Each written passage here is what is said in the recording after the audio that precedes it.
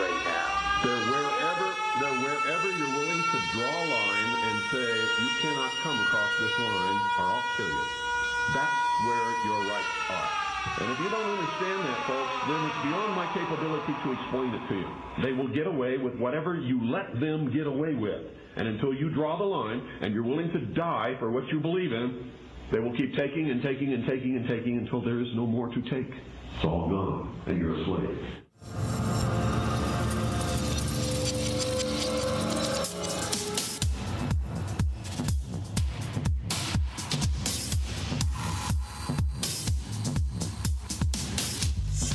Banksters, politicians, the mudstream media, and the Federal Bureau of Investigations has decimated over 250 years of our prosperity, and they've turned us into a communist, clandestine, secret CIA operation. Live from the overthrow bunker in FEMA Region 9 in Southern California, I'm your host, Pete Santilli, and you are listening to The Pete Santilli Show.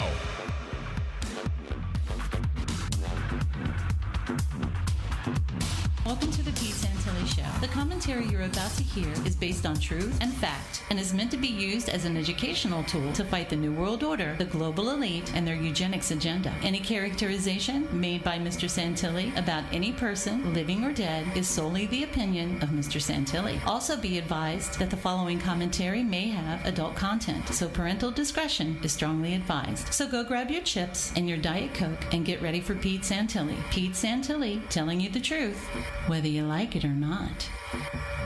That's right. Today, out of 403, well, today is episode number 403, by the way. Today is Wednesday, April 24th, 2013, and I normally say it's time to fix what's broken in America and restore what has made us the greatest country on earth. Ladies and gentlemen, we are permanently broken. There's no fixing us. We have destroyed our nation. We've taken 250 plus years and just thrown it down the drain, literally. There is no turning back. There's no fixing it. You'll notice that nobody wants to fix anything. They're all placing bets on the fall of our empire. That's where all of the money is going right now. All the financial bets, Wall Street's doing it. No politicians are trying to fix anything. And our illustrious law enforcement officials are essentially just taking the final nails in the coffin and they're sealing it shut, led by the Federal Bureau of Incompetency. Okay? I'm FBI. I'm full-blooded Italian, okay? And I don't take bull crap from a corrupt organization like the Federal Bureau of Incompetency. Is that a direct challenge to them? No, it's indirect. I'm going to talk to our listenership, and I want everyone to know that that is the biggest bunch of buffoons. No wonder why they have to be so heavily armed and go SWAT team people. They have to be. Because that's how you implement tyranny, by force. They're injecting democracy into your home during martial law. That's what they're doing. And they're covering stuff up. Like when we discover things about, I don't know, Boston Police Department mentioning certain suspects, and it's broadcast on the radio, and we document all that stuff, and the FBI says, oh my God, they just found that out. Let's sweep that under the carpet. Let's hide that, and then throw out a bunch of Chechens, and we'll blame it on them, because that's what the CIA wants us to do. Let's just cover everything up. Let's whip up a couple of photos and divert everyone's attention, and then blame it on the Reddit people and say, oh, look at all those evil little internet sleuths just screwing things up, revealing public information. Why am I going off on this tangent, ladies and gentlemen? Why? Because I want to share something with you. I just found out prior to this broadcast that the one guy that we said, Sunil Tripathi, is the one guy that we said was named as suspect number 2, mysteriously shows up, supposedly. There's a report right now that he was floating down a river in Providence, Rhode Island. Isn't that miraculous that this guy shows up dead immediately after we find out that he was reported as suspect number 2? What a miracle that is. I wonder if the FBI is going to investigate that piece too. They didn't investigate the first portion of it. By the way, Susanna Cole, can I ask you something? You sure can. They were involved with the investigation into the assassination of John F. Kennedy. How did they do with that? Well, not so well, obviously. Yeah, they were involved in the investigation of 9/11. How did that go? Again, not so well. Yeah. They were involved in the investigation, I think, prior to 9/11 with Oklahoma City bombing. How did they do with that? I don't think so well. No. So now Eric Holder, ladies and gentlemen, is in charge and oversees the Federal Bureau of Investigation. Susanna Cole, how comfortable do you feel about Eric Holder being in charge of the FBI? Not so comfortable. Exactly. We're going to be digging into these details. I'm coming right out of the gates. I'm not speaking to the FBI. I'm speaking to our listenership that needs to know that they're a bunch of corrupt bastards, okay? Flat out, just calling them out exactly the way it is. I'm going to tell you the truth, whether you like it or not. There are a bunch of corrupt bastards, okay? And I'm not even going to speak to them directly because just as you advised me, and I absolutely agree, you advised me because I wanted to pick up the phone and call them, and you said, you're not going to be able to change them. And we're not going to be able to change them, ladies and gentlemen. The only way that we will be able to change them is to literally throw tens of millions of lives under the bus fighting them. We will have to outnumber them and shed a lot of blood to defeat these bastards. That's exactly how they're going to be defeated. And am I talking about overthrowing a government? You know what? Our government's already been overthrown. It's already been overthrown. I wasn't the one that overthrew it. It wasn't me, okay? I'm trying to reclaim my government. And I mean that sincerely because I used to call this the overthrow show. I was talking about, just being bold and saying I wanted to overthrow the government. The government's already been overthrown. I'm glad we did change it from the overthrow because, they'd be demonizing us if we were called the overthrow show, right? Oh, look at those guys, radical right-wingers with guns. There they are, overthrowing. No, these guys in suits, ties, Wall Street, the FBI, these disgusting individuals have overthrown your country. You've taken 250 years and pissed it away. So we will talk about these issues later on. As you can tell, I'm fired up. This happened, actually, you just informed me 15 minutes prior to us going on air. And if you don't mind, can you give us just an excerpt of the report that you recently read? And I understand it's on Guardian UK. On this episode 403, Susanna Cole has a report on I would consider it to be a mainstream type news outlet. Is it a mainstream news outlet, Guardian UK? Yeah, it's the first one that I read. So okay. So the first one you read basically opens up by saying that it is reported that a body has shown up in Providence, Rhode Island, correct? Oh my gosh. And guess what happens when you open it up? It starts playing. That's okay. Ladies and gentlemen, there was a report that Sunil Tripathi, who we've identified as suspect number one, right from day one with the Boston Marathon bombing. His name was broadcast on the radio, along with the name of Mike Mulugeta. Mm-hmm. This is important. I'm going to say it over and over again. Why? Because everybody's already in this fog of Chechens, okay? You're already listening to Glenn Beck, and he's got you down the road of, oh, my God, there's a mosque, and there's Islamic radical, blah, blah, blah, blah, blah, right? Mm-hmm. He's already got you off on the corner doing that. You're all off listening to Glenn Beck and talking about the Saudi Arabia. Oh, well, there are some weird anomalies with the Saudi Arabians. Yeah. I'll give him that. There are some. Is. But if you listen to Glenn Beck, he's sneaking in his little pedophilic little, he's actually plugging you with radical Islamic fear, right? Mm-hmm. Well, at the same time, he's actually providing pretty good information from what I'm gathering about the Saudi detainee, person of interest, that all of a sudden went from a person on the no-fly list, on the terror watch list, to being deported mysteriously. Nobody can find the guy, okay? Mm-hmm. So. Yeah, it's very interesting what Glenn Beck is finding and coming out with. It's important information for sure. We should be paying attention. Mm-hmm. Okay, so I'm being asked the question right now. I'm going to go real time with this because somebody just said, but then the question is, was Sunil Tripathi in Boston. Okay, well, the Boston Police Department seems to think so. Well, the FBI actually was looking for Sunil Tripathi in Boston. We have found where the family released information days prior to the Boston bombing, saying that they had expanded their search into Boston because it was one of the places Sunil Tripathi loved to go. Yeah. He loved to hang out in Boston. Yeah. So, I'm also going to say this, okay? I'm also going to throw somebody else under the bus. I gave him credit. He wants to throw a bunch of stuff up against the wall, right? mm-hmm. He's been doing a good job. If he can't go out and grab it and get clicks for his website, I don't think he wants to have anything to do with it. Either that, listen, I sent a message directly. You know how I can get in direct contact with Alex Jones's office, right? Mm-hmm. You know this. This isn't in a roundabout way. I'm not like a troll on YouTube that drops a message that he'll never see, right? Mm-hmm. I got a message directly to Alex Jones, and I told him that I had critical information that I needed to at least coordinate and try to get out there. This is important information. Guess what they did? Nothing. No.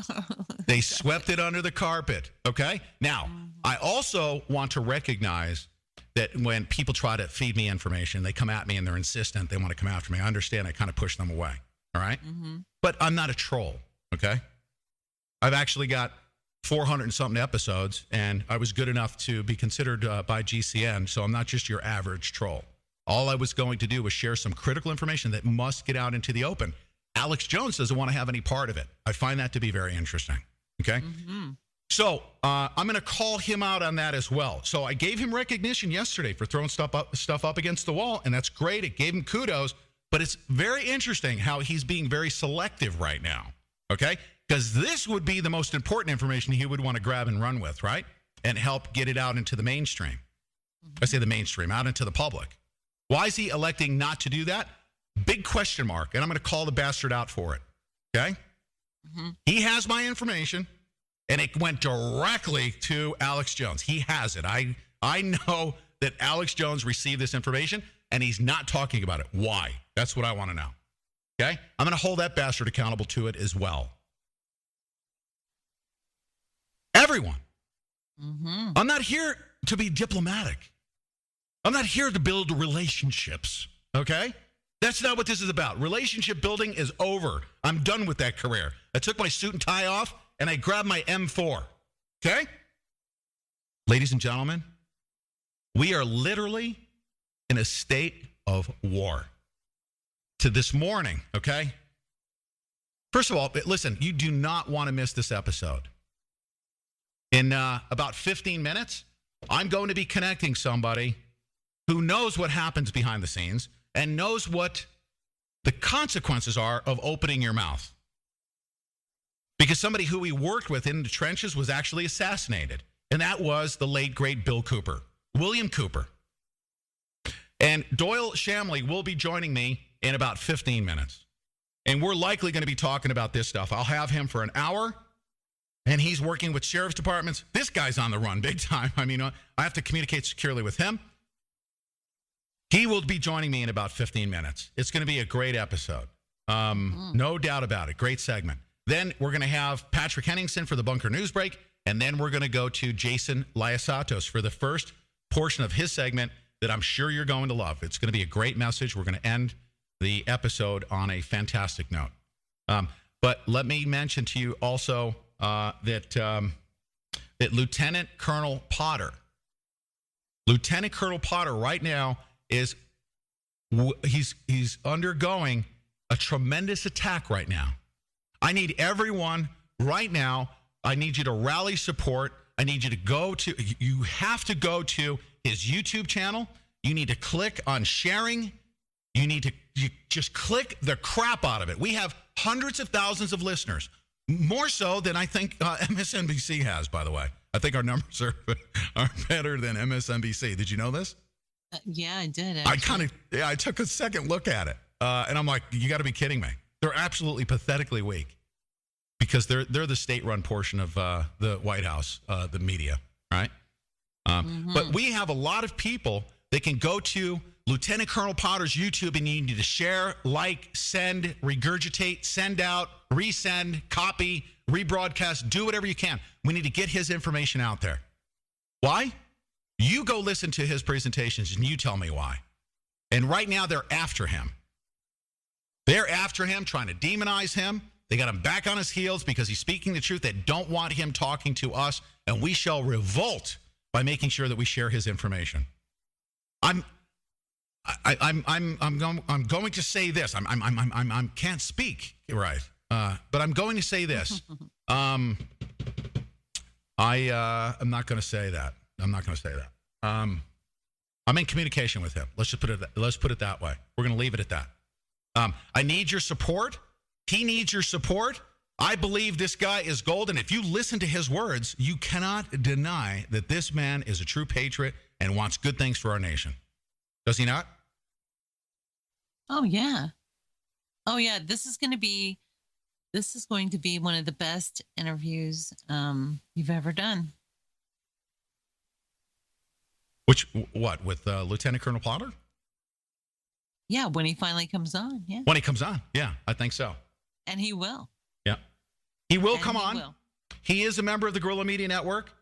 He is also providing us some information that will, I guess, push back this so-called CIA agent that's after him right now. We're going to go after him. He's a lieutenant colonel. Lieutenant Colonel Potter is. He's been involved in the intelligence community. I will say that. And guess what else, ladies and gentlemen? He's also worked under Mr. Petraeus, Mr. Betrayus himself. Well, I think one of the things that the Lieutenant Colonel Potter is going to find out very quickly, that the more upfront he is and the more out in the open he is, the less, the less they will have a chance to come at him. I mean, he needs to come out and be very, what do they call that? In the forefront, very visible at this point, don't you think? Oh, yes, absolutely. I agree. He needs to start becoming very vocal, very visible. Come out and be very... Sorry about that. That's okay. Somebody just sent me a link that had our show in it. That's great. That's awesome. Thank you very much. Very nice. Thank you. We start the show off like this, and I really like the feel of the show. We actually had a couple of people, one guy who said, I've been listening to it a couple of years, and blah, blah, blah, blah, blah. And I'm like, hey, it's time for you to freaking take a break, brother. If my show is getting to you that bad, it's time for you to take a freaking breather. I just wanted to provide feedback, he said. I'm like, feedback? That you're a freaking Looney Tune. You're out of your, it sounds like you're out of your mind. Mm-hmm. He didn't like the format change, how we just talk about nonsense in the beginning. You got to be kidding me. Oh, my goodness. We talk about the most intense issues. By the time we're done with each and every episode, I don't know about you, Susanna. I'm almost emotionally, I'll say this. We put everything on the line emotionally for our listenership, okay? So if you have a problem with me not giving it 1,000% in the first 5 minutes of the freaking show, then it's time for you to stick a squirt gun to your face and pull the trigger, okay? Squirt gun only, of course, because we don't want... funny. What? That's hysterical. Why? Well, you know what? Squirt gun. This segment is the only time during the show that we are able to say hello to the people who listen. And just talk about what we're going to be talking about in the rest of the show, because it gets pretty intense. It does. We are talking to Ustream Live. We're talking to TalkStreamLive.com. We are talking to Spreaker.com. We are talking to YouTube channel. And guess what else? WWPM Media Net. Jake Leonard, big shout out to Jake. Hey, Jake. Jake is the program director for Guerrilla Media Network. He's one of us. So we also have to give him kudos because he has his own network as well, which is WWPM Media Net. And shout out to all the listeners that are listening to the live stream over there. Read Broadcasting each and every day. That's right. BeforeIt'sNews.com. Welcome, BeforeIt'sNews.com. Of course, you guys are listening on the live stream, and we are soon to have the live player in the upper left-hand corner. They're working on getting that installed. So we will have the Guerrilla Media Network will be broadcasting 24/7 on BeforeIt'sNews.com. Isn't that awesome? Yeah, well, this person may think that our listeners are just, trivial, but we kind of like them. We kind of appreciate them, right? We kind of like them. We say hello to them, and that's exactly how we roll. And let's not forget the people in our chat rooms that come every single day. They support our show and talk to us, give us links, give us the heads up on some news. Yeah, they keep us in the know while the show is going on. So. I know, but you know what? We have this gaggle. Okay, I call it a gaggle of we got our trolls that are off in the corner. I think they transcribe and listen to everything that we say. I think so. Because it's funny because they sometimes regurgitate, and I get these memos saying, hey, somebody said this in this thread, and it's like it's some obscure website, and they're reciting me, putting quotations of things I said exactly word for word on the show. And I'm like, for this person that hates me. Then we get letters from would-be attorneys. Yes, that's right. We get that too. And they listen relentlessly. So what we need to do is, like, if you go to Angel Stadium, they have like these separate sections for like corporate F-tards, right? Mm-hmm. And they get their special little gifts. I think we should set aside a little section for Pete Santilli listeners that are like emotionally unstable. They're legally trying to come after us. There are a bunch of trolls working for, maybe the U.S. government or CIA, or maybe they're just like very, very mentally ill. And we should just separate them. What? I just think they're bored. We need to separate them, get them away from the regular population of listeners who really don't complain. They just enjoy the show, and they come in droves. And by the way, the small gaggle of people, of like, especially like 2 or 3 individuals, that say, oh, Pete, your listenership's going down. But they've been saying that for a year. I know. Right? It's so funny. Every time you say that, what happens, Susanna? I don't know, 5,000-6,000 more people listen to it. Yeah. But, seriously, we do get that a lot from some certain people that we're a sinking ship. It's hilarious. Why do we laugh? Because, ladies and gentlemen, you, the listener, actually go out and you get other people and you say, hey, you need to check this guy's show out. That's how it grows. Why? Because we are a community, right? I call us community. That has communism connotations, by the way. Community. Mm-hmm. I think we need to stop calling it a community. There's honor in the captain going down with the sinking ship.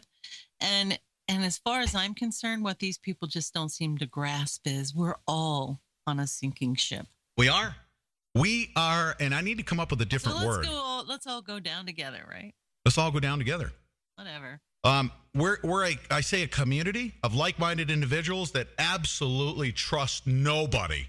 That's right. Somebody said it to me the other day. Oh, Pete, I totally trust you. Who said that? Someone said it. You remember? I think you were on the line with me. And I said, hell no, you don't trust me. You especially don't trust me. I think it was Miss Ashley. It may have been Ashley. And you just kind of had to, sober her up a little bit to the reality of what we preach. Well, I say sober up. And she was sober, but I was going to say. She wasn't. Yeah, that's right. So, okay, so she had a couple glasses of wine. So anyway, she was saying, I totally trust you. And I said, no, you don't trust anybody. We are a group of people that trust absolutely nobody. We listen to and we read everything we can get our hands on. And we only believe what we've researched ourselves, right? Yeah, and I mean, here's the deal, too, especially for those people that are closest to us.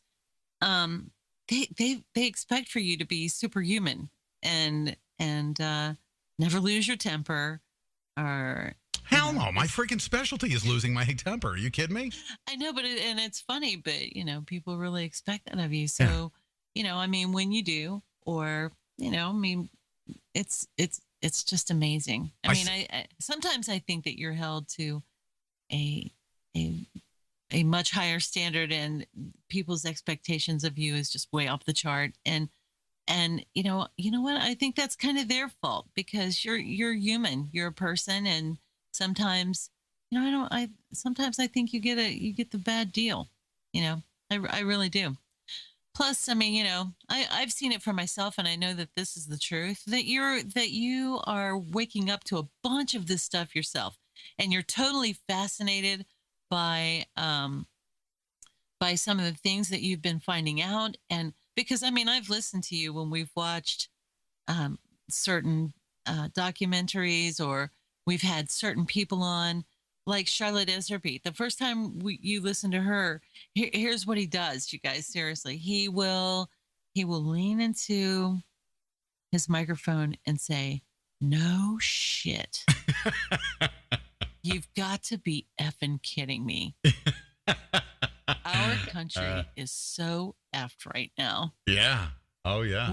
And he really does. And he does this, on a daily basis, reading news articles and stuff that comes out in the news. He's totally amazed by it and shocked by it. So when everybody comes at us with the Jesuit stuff, the Zionist stuff, and this secret society and that secret society and all the bloodlines, I mean, they don't understand, I think, that sometimes you're just overwhelmed by the whole thing because you're trying to go on the air every day and you're trying to cover what's happening in the news at any given time. And boy, you know what I mean? There's just not enough time to cover it all. And people get offended when they give you stuff and talk to you about stuff and you don't come out with it just right on the air, or or you don't say this right, or you don't say that right, and people really get their hackles up. Yeah, and that's why I give I let Alex Jones slide a little bit because who am I to insist that he covers that? This is important though. When I got to him, I don't just pick up the phone and call call Alex Jones to get stuff done. This is an important news story. Mm-hmm. This is very, very, very important. And for him to not want to cover this piece of it is a very, very big mistake. Very, very big mistake. And he'll regret it. We've always had questions about him. He can't be that incompetent to where he can't keep up with stuff like, he's been investigating the IRS whistleblowers for a year and a half and missed the story. They actually went around him because they refused to bring their information on air. Mm-hmm. And they said, "Hey, we're sick and tired of you, dude. We're going directly to the Associated Press." They went to the AP. They went around him, and it ended up on Drudge. What did he say? I just got so busy. Really? Over a year and a half, dude? You've been sitting on this. What are you waiting for it to freaking hatch? What is it, a freaking dinosaur egg? Huh? I was busy. You were busy for a year and a half? Digging up information on the IRS whistleblowers, and they got pissed off because you refused to bring their information to the air? I got busy. Busy sitting on it. That's what you got busy doing. Right? Like Jabba the Hutt sits on his throne. Just that nastiness that's underneath that Jabba the Hutt butt. Picture it. Just stewing. Jabba the Hutt butt. Right? Picture it just stewing and just steamy, like Jabba the Hutt stuff underneath that. Right? Picture it. Right. Anyways. So here we are. On this Wednesday, April 24th. Yeah. And this is actually, what I love about this, you guys? I'm going to do this from now on because our days literally are filled from start to finish until the moment I turn stuff off. I go lay down, take my little nap, come back at it, get ready for the show. Probably the most intense days. I don't think most people could handle what we do physically. I really don't think that the average human being can handle what we're doing right now physically, day in and day out. So I'm going to take, and you're going to take, Susanna Cole, this 30 minutes of our lives and just talk about this stuff. Nonsense, what we're doing with the show. The first 30 minutes of our show is going to be exactly this. Absolute nothingness. How about that? Whatever we want it to be. I like it. I like the feeling of it. My blood pressure's actually down. What's really great is we don't read off of a script. I don't have 30 or 40 pages of notes sitting in front of me. I mean, I really don't. And usually we will come into the show very raw, and you don't even know what's going to be the first thing that comes out of my mouth, and so I mean, this is how we do it. Guess what? This is how we've always done it, and here's how we're going to transition. You ready? Uh-huh. Ladies and gentlemen, I've been in communication with Doyle Shamley, and I said, Doyle, can you please come on the show? We really want you to come on the show, talk about the assassination of Bill Cooper. And Doyle Shamley snapped and said, you know what? All the information is there for everybody. But what I'm going to do is one last time. I'm going to come on the air. I'm going to talk about the assassination of Bill Cooper. It'll be the last time I do it. And I'm going to tell everybody the information's out there. You need to get off your ass and go look at it yourself if you have questions. The information's there for you. You can go research it. Doyle Shamley is going to help guide you right after this message.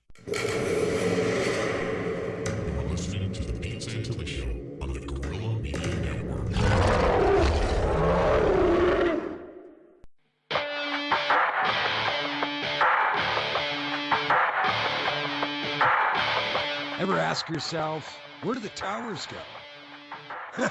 Well, if you want the truth, if you can handle the truth, tune in Thursdays and Fridays from 5 till 7 Pacific Coast time. Dr. Judy Wood is doing a program called ICU PSYOP Recovery Program, addressing your questions, your curiosities, your mysteries regarding that fateful day. So it's a character-driven production on Guerrilla Media Network, 5 to 7, Thursdays and Friday evenings, Pacific Coast time. If you can handle the truth, tune in.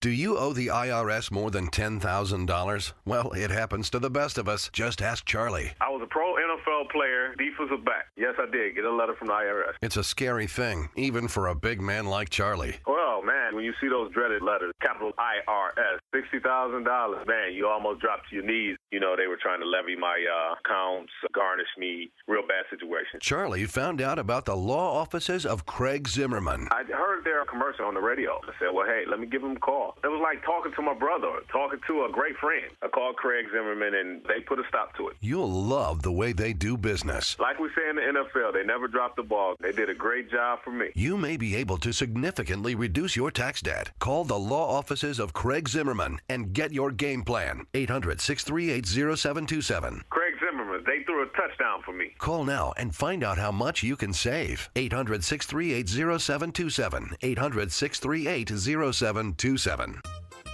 Mamma Mia's Authentic Italian Cookie Company. Hand-rolled traditional-style Italian cookies from recipes passed down through the generations from Sicily to Louisiana. A taste of the old world can now be savored and made a tradition in every home worldwide. Imagine the delight of your family and guests when they bite into the authentic taste of Italy at your next family holiday or special occasion. Mamma Mia's Authentic Cookie Company, preserving the art of Italian baking and providing you with quality, delightful cookies that you will enjoy for years to come. 14 different Italian cookies sold by the pound and FedEx to your door. Could anything be more convenient? Visit MammaMias.com and browse in Mama's Cookie Gallery for ideas for your next party and custom cookie order. Beautiful cookies baked in America, inspired by Italy and Mama's love. Mamma Mia's Authentic Italian Cookies. Traditional, convenient, and delicioso. Biscotto molto buono. And now, broadcasting live from deep inside the bunker at FEMA Region 9 is your host, Pete Santilli, telling you the truth, whether you like it or not.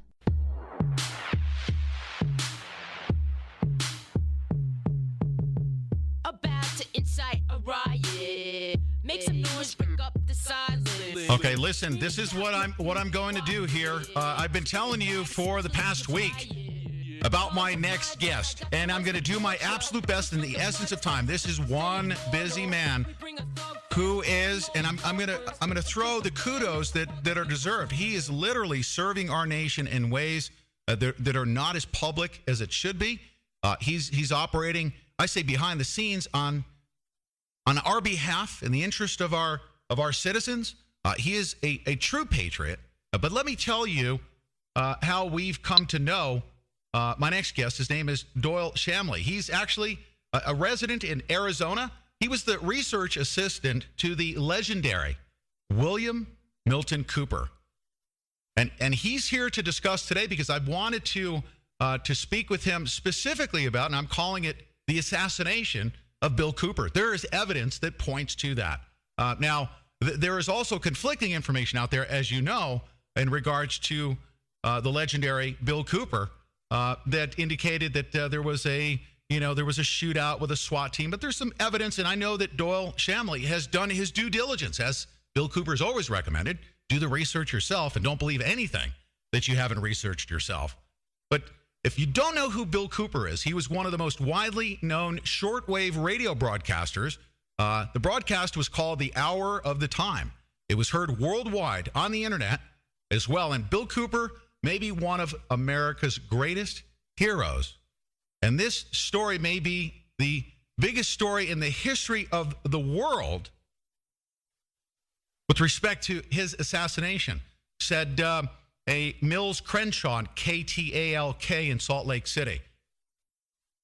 Bill Cooper was very controversial at his time because he spoke the truth. He was a man that I, believe it or not, admittedly only came to know right around October or November of last year. I had never known of him prior to that. Somebody had said, Santilli, you're coming out. You're trying to search for the truth. There's a man named Bill Cooper. You need to listen to him. It sent me a couple of links, and I was quite frankly blown away by it. And Bill Cooper served our nation as well in the military. He had exposure to a lot of things that he wanted to share with the public, and he did so. Right around 9/11, prior to 9/11, he was basically not. He was pretty smart. He read the writing on the wall. He knew what was coming, that our nation was going to be under attack. And I'm not going to say that he predicted. He essentially saw the patterns that are repeated over and over and over again by our government. He knew what was coming, what was going to happen, and prior to 9/11, he pretty much called it. Shortly thereafter, of course, Bill Cooper was assassinated. He was assassinated on November 5th, 2001. Now, I'm joined, and that is, ladies and gentlemen, believe it or not, there's so much to say about Bill Cooper and Doyle Shamley. Doyle Shamley was his research assistant, and I'm pleased and honored that he's coming on the Pete Santilli Show. I want to introduce him to our audience. Doyle Shamley, are you there? Yes, I am. How you doing, Pete? Oh, I'm doing fantastic. Welcome. You know, sir, when I first started talking with you, I remember I was just begging to use, you know, the voice and the image of Bill Cooper, and I was asking, you know, to use his information.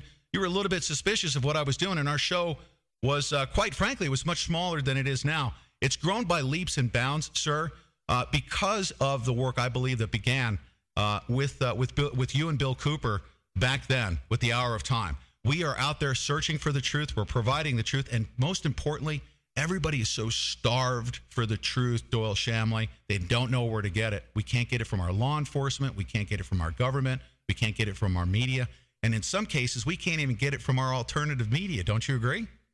Yes, I mean, that's certainly the case. And until people do start taking, you know, solution-oriented, proactive, that's like our mantra, if you will, a stance, proactive, solution-oriented stance, and start networking cohesively to, you know, have some coordinated efforts amongst themselves, their neighbors, their co-workers, their community, their county, their state. Most of the sheeple of this nation will still run around as slaves till the day they die. I mean, they need to draw the line in the sand. The research is available. We have a staff of researchers, and we do research day and night. And I'm amazed sometimes when I hear from people that, well, I can't get this or I can't get that, and it's so terribly easy, actually. But a lot of people have forgotten or never learned how to do research to begin with, because the internet is a tool of distraction, okay? It's like the opiate of the masses, and it's really being used to dumb a lot of people down. Mm-hmm. I have to take young, new researchers all the time and walk them through how to research in a law library or in archives at any of the states, whether they be the county clerks, because you're going to do an allodial title, or you're looking up laws. They don't even know how to do it. And believe it or not, the world is not on the internet. So people need to get a grasp of that again and roll up their sleeves and get dirty. Freedom isn't easy, and it's not free. You're absolutely right. It is certainly not easy. And it's something that at this point in time, I would say in our nation, freedom isn't even really available. What we used to pride ourselves in as far as being a free country, I think those days are gone. We're talking about something years ago that they used to motivate us to go to war. And since then, they've stripped away our constitutional rights. Wouldn't you say that right now we are no longer a free country? Wouldn't you agree with that statement? Yes, for the better part, correct. Yeah, for the better part. We do have the U.S. Constitution. It's still there. I don't think we fully understand it. It's not taught in our schools.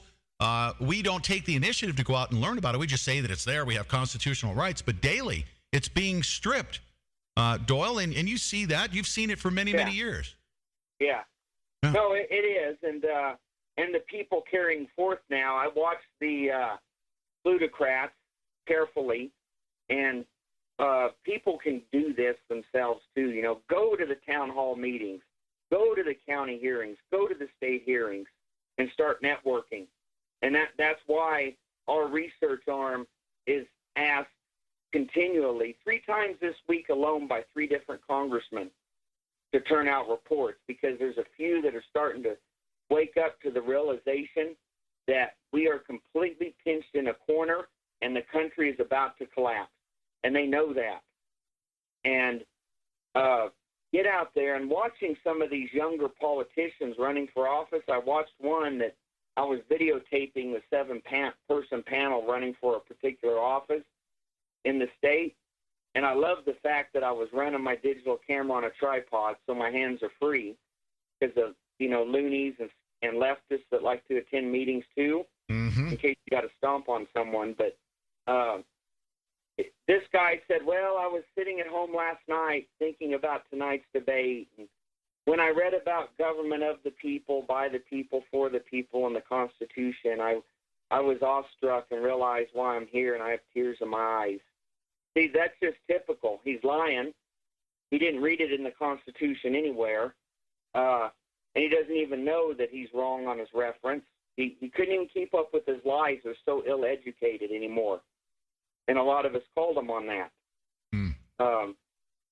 So that is what's permeating our system. And until the people that are aware and awake are out there networking, doing, again, proactive, solution-oriented, we know what's wrong. We know the economy's collapsing. There's no doubt of a new world order or one world order, or however far back you want to go in terminology. And there's no doubt that most of all people holding office are simply puppets of the secret government and are viable to be charged and tried and found guilty of treason. So we don't need to talk about that. What we need to talk about is how are we going to combat it head on. Oh, yes. Now, we know it's screwed up. We do. So, and let me. I'm going to back us up here because I know you have a super busy schedule. We have 45 minutes, and I'm going to go uninterrupted. We're going to skip the break at the top of the hour here. All right. And I want to pack this in. Now, last year I spoke with you, and I had actually asked you about what your thoughts are as to when we are going to be heading towards this collapse. We know that we're right on the precipice of this collapse. Now, let me back up a second. I've had people tell me, oh, Bill Cooper said that we were going to collapse, back in the late 90s. And you know what I say to them, each and every one of them, that if we had collapsed when we were supposed to have collapsed, we could have recovered and we could be a great nation again. And I say that if William Cooper were alive today, if he had seen us go as far as we have come to build up as much debt and to strip away our Constitution to the point to where it is today, I think he'd be even more upset. Yeah, I mean, seeing how far we've come. Because the simple fact is that we were crossing you could call it the peak of the mountain, if you will, in the 90s, and we were teetering and a little bit downhill or come right back up if we want. Let's say on a recovery mode, as you indicated. We are now over the precipice of the mountain and hauling ass down the other side. And recovery now is going to be brutal and drawn out. We are in the same position that people like you and I, Pete, and Bill had been, that have been and seen collapse of society overseas, etc.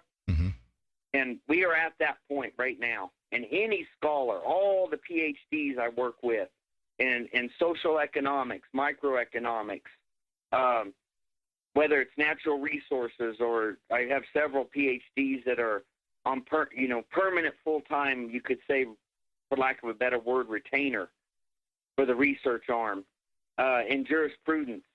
And all of us are in agreement. All the historical facts are there. We are getting set up currently for a big hammering. than a really rough recovery if the people want a recovery. And at this point, most of America does not, quite honestly. I don't think so. And I think it's taken decades of dumbing down, of conditioning. And Bill Cooper called those individuals that have basically just submitted to it, this enslavement, as the sheeple. And I think they have basically amassed hundreds of millions of people now that have been enslaved, that have been dumbed down, and I think they are perfectly ripe to just accept what is about to be delivered to them. Don't you believe that? Yes, I do. The bulk of America that talks big on the internet behind made up names doesn't have the balls to grab a gun and stand up for anything. The bulk of them don't have the food storage they talk about or the skills they talk about. That's why we have continual year-round seminars and classes on those topics, for instance. And besides just the more academia, but also the hands-on stuff. And you know that, Pete. Look at any chat room in America. It's at least 3/4 blowhard. Yeah. And that's what the country's looking at. Very courageous behind their anonymity. Very courageous behind their anonymity, aren't they? Yeah, and the bulk of the people will do whatever they need to do. Boston was a perfect dry run. If you wanted litmus test of the American people, as the police forces move down the streets and says, stay in your, houses and quiver and don't come out and do this and drive in these times or don't drive at all. It was just another dry run, as was the FEMA practices at the Astrodome after Katrina. And they are discovering, and it's enough now to have actual anecdotal and empirical evidence for the people studying for our downfall, that we are to a point that we're very ripe for the picking. Oh, yes. Now, it'll be like the American Revolution, where depending on what historian you feel most comfortable with or believe in, but they all have the same parameters of 3 to 7% of the country fought the revolution. Do you think? And it'll be the same in trying to restore our republic. Here's one of the biggest questions I have to ask you, and we'll probably cover this again before I want to transition back to the work of Bill Cooper. But do you think that we can muster up that 3 to 7%? Because I really do. I have faith that we have that 3 to 7% that is going to be able to save us. We have some heroes. By the way, I want to bring up a name. His name is Lieutenant Colonel Roy Potter. Okay, and he's come out within the past month to call it exactly the way he sees it. Have you ever heard of him? Yeah.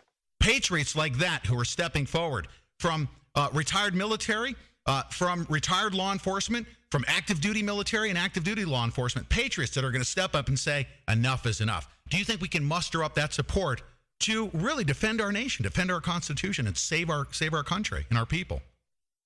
Yes, we can, but it is going to be barely a 3 to 7% margin, so that's why people need to, take a harsh, realistic look at those around them. And it is a harsh and uncomfortable look at their family members. When I say that, sisters, brothers, aunts, uncles, whatever. And their friendships and coworkers, and they need to just be realistic and accept the fact that 3 to 7% of everybody they're engaged with throughout their life, which isn't that many if you look statistically, are all that's going to be there for their back. And they need to get into the time-saving mode, if you want. And people need to face the fact today that you need to write off the dead weight. The anonymous talkers, the bullshit artists, and all them, just write them off, because there becomes a point when the old adage of leading a horse to water, but you can't make it drink. Yes. Well, trying to force them horses to drink after a while becomes futility, and really verges on the definition of insanity, if you will. Yes. At a point, those proactive alliances that are geared up, and many of us are doing it, Pete. I am in daily contact with the sheriffs all over the country, that were, and I held those seminars to teach sheriff's jurisdiction in the Western U.S. Yes, sir. And the National Constitutional Sheriff's Association all last fall and all up and down the 28 counties in October alone. And with that, myself and many of us veterans have been really coordinating a lot of activities around the country. Warrant officers dusting off their old books and skills again, and NCOs, et cetera, all around the country. Awesome. We can do it, but it's going to be a tight one. It's going to be a tough slog, and it's going to be, unfortunately, because if we had paid attention and we had responded to the warning signs that Bill Cooper and yourself in educating the public the way you did, if we'd responded to it back then, it wouldn't be as bloody of a battle as I anticipate. But let's not ponder I mean, it's going to be a tough slog for us, absolutely. But that's our fault. Shame on us for not responding when we should have. But back in the late 90s, you and Bill Cooper were working very, very hard to educate those that wanted to be educated. And I also tell our listenership right now, never trust anybody. Get a hold of, read and listen to everything you can get your hands on, and never believe anything that you haven't researched yourself. Yeah. And that was that your, from behind the scenes, can you tell us, was that your mantra? That was your goal? You knew what was coming and you knew what the people needed to know. And that was the advice to give them then. That's still the same advice we need to give people these days, right? Certainly. I mean, I remember it was a daily routine to have people, we're sitting in the studio all hours, day and night, as you guys do. And I know you do. So, you get all these numerous emails, phone calls, whatever, of the newest UN troops that are right in the backyard. And you say, well, then send us a picture. Or the newest FBI operation doing this or that. Mm-hmm. And it was a daily occurrence for us to take these rumors and chase them down. Call the FBI field station and find out. Right. What they're doing right there, over in North Carolina or something, depending on what we were told. And we spent, except for cutting off the dead weight, which we've done aggressively over the last 2 years, us and all the original CAGI and IS staff, but it's still the same. 80% of your time is spent up trying to get people back on track, because it comes back down to that laziness and apathy. Mm-hmm. It's easier to just hit forward on an email or a text if you have one of those phones or whatever, and not do any research, and that rumors just promulgate. And all the while, people are chasing their tail and dodging pieces of the falling sky. They're not getting any solution-oriented things going. I would say the bulk of that stuff is started by agent provocateurs. Yep. I mean, I'm confident in it. We already know that they're using social media throughout the world, but especially in the U.S. heavily. Mm-hmm. And if you don't just go out and do the simple research, and then when you find out something's false, then stop it. Don't hit that forward button to 400 more people. Right. Because you're only adding. You're only helping the enemy. That's right. They have mastered since, and in the mid-'90s, that's when the internet really started coming about. You had access to, I called it the world's largest library with the books scattered all over the floor. You had to use, some pretty good skills and some pretty good discretion when you went out and took a look at the information. Now they've mastered the art of disinformation to confuse you and send you in so many different directions that you pretty much just give up. Let me go back to that time and really start digging into this, because I know that you need to move along. You and your researchers and Bill Cooper were onto some stuff just prior to 9/11. You saw where the country was going. You saw the banking system should have collapsed back then. I think 9/11 gave them the opportunity to kick the can down the road with trillions of dollars in military-industrial complex revenue, war money, essentially.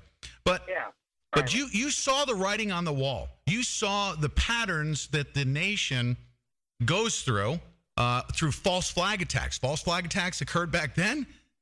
Bill Cooper talked about it, and he called 9/11 just prior to 9/11. And it wasn't because he was clairvoyant. It's because he did the research himself. He saw the patterns. He analyzed it. And what tipped him off that 9/11 was coming about? What was the one thing that tipped him off? It wasn't a gut feeling. It was from the research that you guys did, correct? Yeah. It was the culmination of watching, getting to this day, it's still the same. Tremendous amounts of data in and starting to see the pattern of a gearing up of, we need something that will be a false flag attack on our soil, but we're still facing the repercussions of, if you will, very little, but of Waco and Ruby Ridge. So we can't go that route. It needs to be a foreign boogeyman. And as was discussed post-war, even pre-World War II, actually, the UFO thing didn't quite work out. And then Eisenhower and multiple peoples wanted, this outside alien force. The Vatican, I've got reports on from the Vatican that, talking about, they call it astrotheology. There's a whole field of study in the Vatican on it. Those didn't quite work out. So the best way was watching the intel was the heavy troop movements and the political posturing that was going on through the lending powers. That grant-making authority, which controls most of everybody's life in America, is also the same way via one of the most corrupt arms of our government throughout history, our U.S. State Department, one of the most communist-infiltrated agencies, and always has been. They use that Lend-Lease power to distort the fabric of a society. They were hammering that region of the Middle East. They had their boogeyman picked. They had already been talking about Osama and intelligence wires and reports. So you could tell they had the name picked and who they were going to pick to be the boogeyman, and they went ahead with it. And you could just pretty much just plot it, see the writing on the wall. You analyzed it. You saw 9/11 coming. Bill Cooper went forward. What was the one thing that he said? There was a day when he said, man, this is going to take place. We are right on the precipice of this thing. When do you think that was? Do you have just a general time frame prior to 9/11 when he called it and said, this is going to happen here? Yeah, I was sitting around the back porch barbecuing, a bunch of us, actually, of the studio, back about February-ish, March of that year. February would be most accurate because there was still tons of snow on the ground and everything. And what did he say? What did you folks say? You said, man, we could just see this thing coming. Something's going to happen here. Yeah, and it was basically that on this one, this is where the discussion was, this attack will be the stimulus, it'll be the ideology change, it'll be everything for a rewriting of our fabric of this country. It'll be the Homeland Security, the old Patriot Acts updated. Right. Be the Homeland Security Acts. It'll be your Patriot 2 and Patriot 3 that Clinton and Reno had wanted and didn't get through. It'll be the stimulus for so much catastrophic level change to the fabric of our country that there's no choice but to put it out there because people need to know now. Mm-hmm. If you have some intention of doing XYZ, that whether that be grabbing a bunch of silver or more food or going to some class, an EMT class or something to make your community or family safer, you need to do it now. That's kind of how it culminated. Imagine an epiphany, if you will. Mm-hmm. It's just 1,000 factors working into a formula, and then suddenly using that example, the mathematics just became clear. Now, there was information. That last push was also why so aggressively we were digging out of the research center all of our oldest, rarest esoteric writings. And that's why so many of those broadcasts that we would spend during the day, writing and proofing notes, were coming out. The Mystery of Fulcanelli, and so many of those broadcasts were in those last few months of his life because it was the need for urgency that this information, the most cutting edge, as always, had been done, but it needed to come out at an amount that was like an avalanche because there was no time left.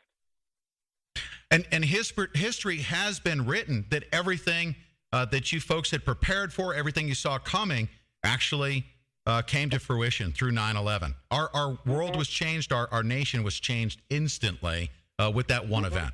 Yep, no doubt about it. And ironically, that, you know, a segue into that was last week I contacted one of the older IS people and CADGI people that I talk to weekly, but he was just discussing how some articles that we said, okay, it has happened now, so here's this, and this is now going to come next. And how they were digitizing and remastering broadcasts from 01 and 02 and 03, that whole era right there. Right. And they were just dumbfounded from even the 02 and 03 broadcast. They're like, everything the staff called was still dead on accurate. It has happened. Oh, yeah.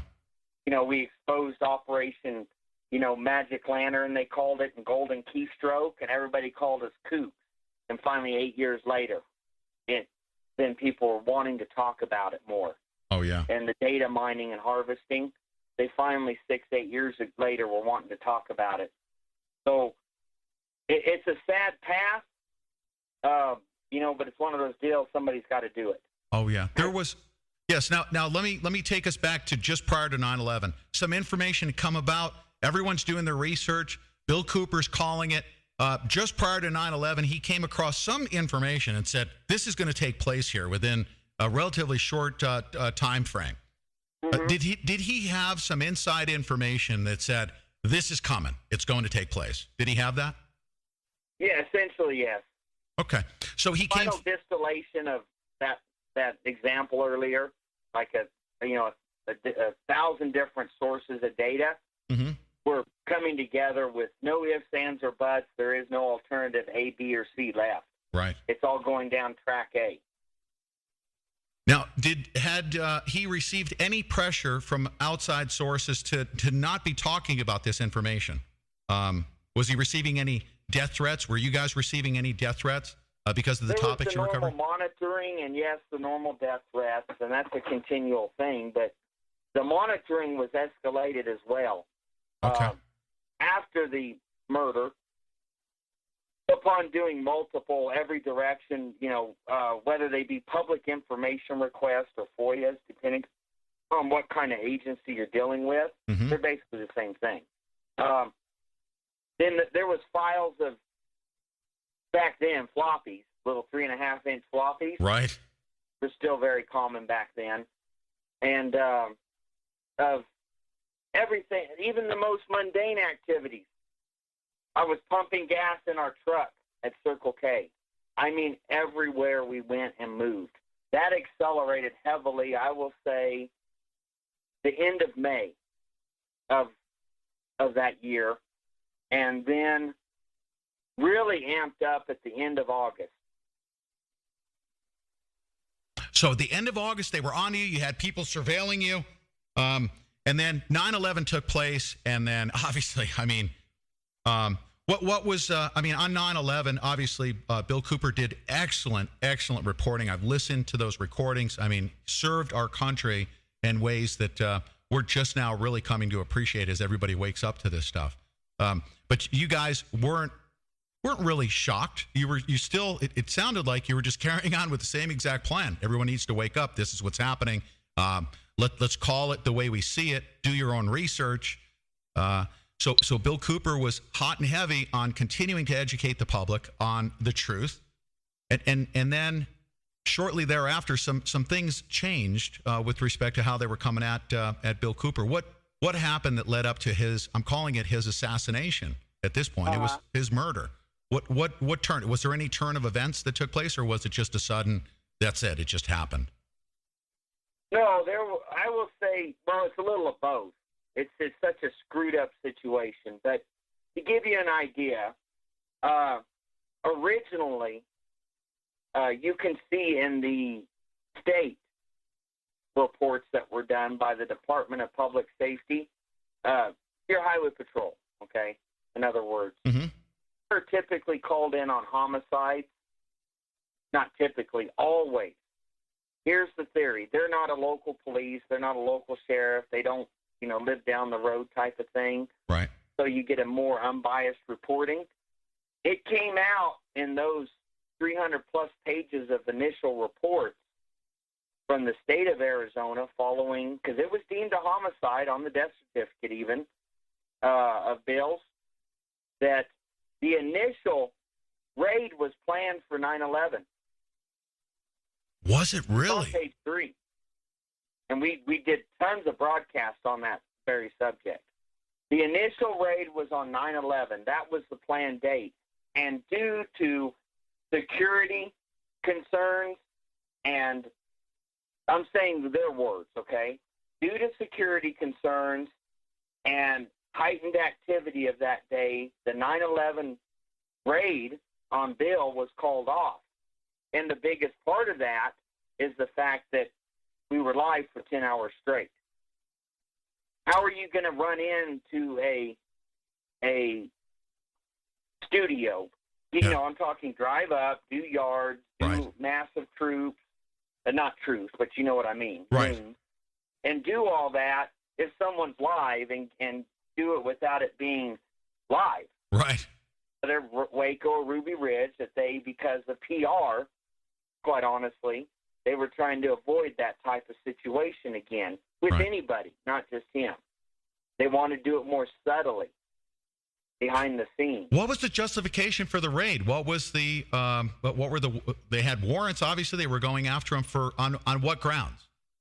Well, there's multiple sets of warrants, if you will. Many of them had been called off even as time went by. Mm-hmm. Everything from assaulting some citizens locally to threats and intimidation to the whole federal marshal thing, wanted list that had started on us back in 1998, because of that jurisdictional piece we wrote and had delivered to every member of Congress and Clinton and Janet Reno and all of them, certified mail return receipt. And we all signed it and had that delivered. That was one big amplitude. That's 1998. Right. And then as it got closer, there was an amassing of all these other figures. There was court orders for supposed back alimony from a former wife from 20 years ago that had been upgraded to felonies. I mean, it's unbelievable when you read all the reports how much was amassed that summer to try to tie in this and create this story, if you will, this picture of this crazy psycho that's got this whole trail of outstanding warrants behind him. The mechanizations were powerful, and they had unlimited time and resources.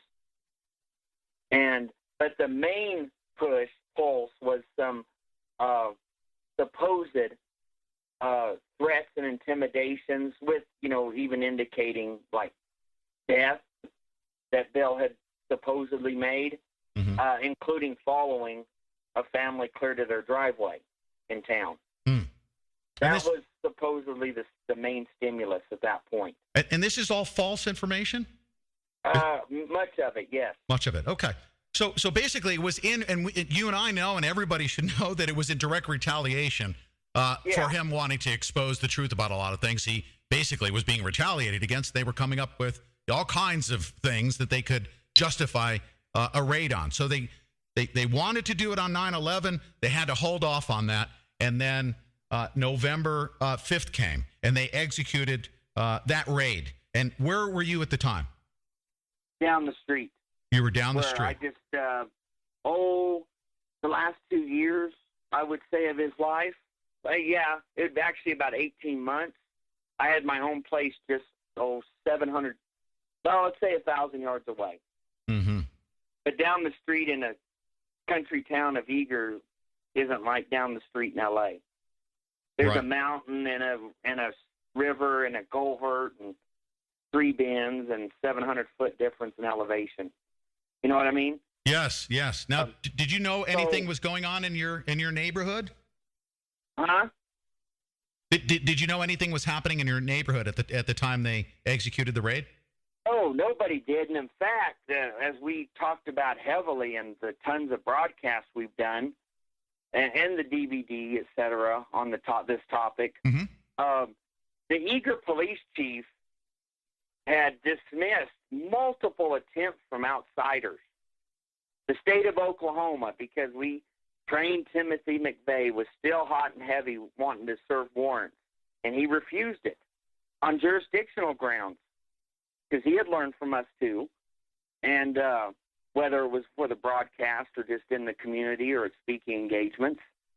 And he had basically written them off, these accusations, and Eager wouldn't engage him, the police force. They said, he's just the town eccentric. Leave it at that. Right. So the police force, the Eager police weren't even up there till it was done. Wow. They were called more around 1 in the morning for an 11:45 at night incident and told, oh, by the way, you've got a resident dead. Wow. Yeah. Wow. Yeah. Now, most importantly here, and I want to just pause right now because when I had asked you to come on to talk about this, you were absolutely correct, and I want to share this with our entire listening audience, that all of this information is out there, that all of the research that has been done into the assassination of Bill Cooper is well documented. And shame on all of us for not having done all of that research, because we're all very fascinated by what you're talking about. We're very interested. We want to know the facts, but the facts are right there before us. All we need to do is if you don't mind me saying so, you said everyone needs to get off their ass and do the research themselves. And I will discuss it this one time, but the main message that we need to convey to everybody is you do the research yourself, and you will believe what you have before you versus us serving it up to them. So this is all well documented. Oh, yeah, and like I say, like today's broadcast, for you, Pete, no problem. And your cohort there, I'm so sorry, I forgot her name. Susanna Cole, yes. I apologize That's for okay. that. But, that's okay.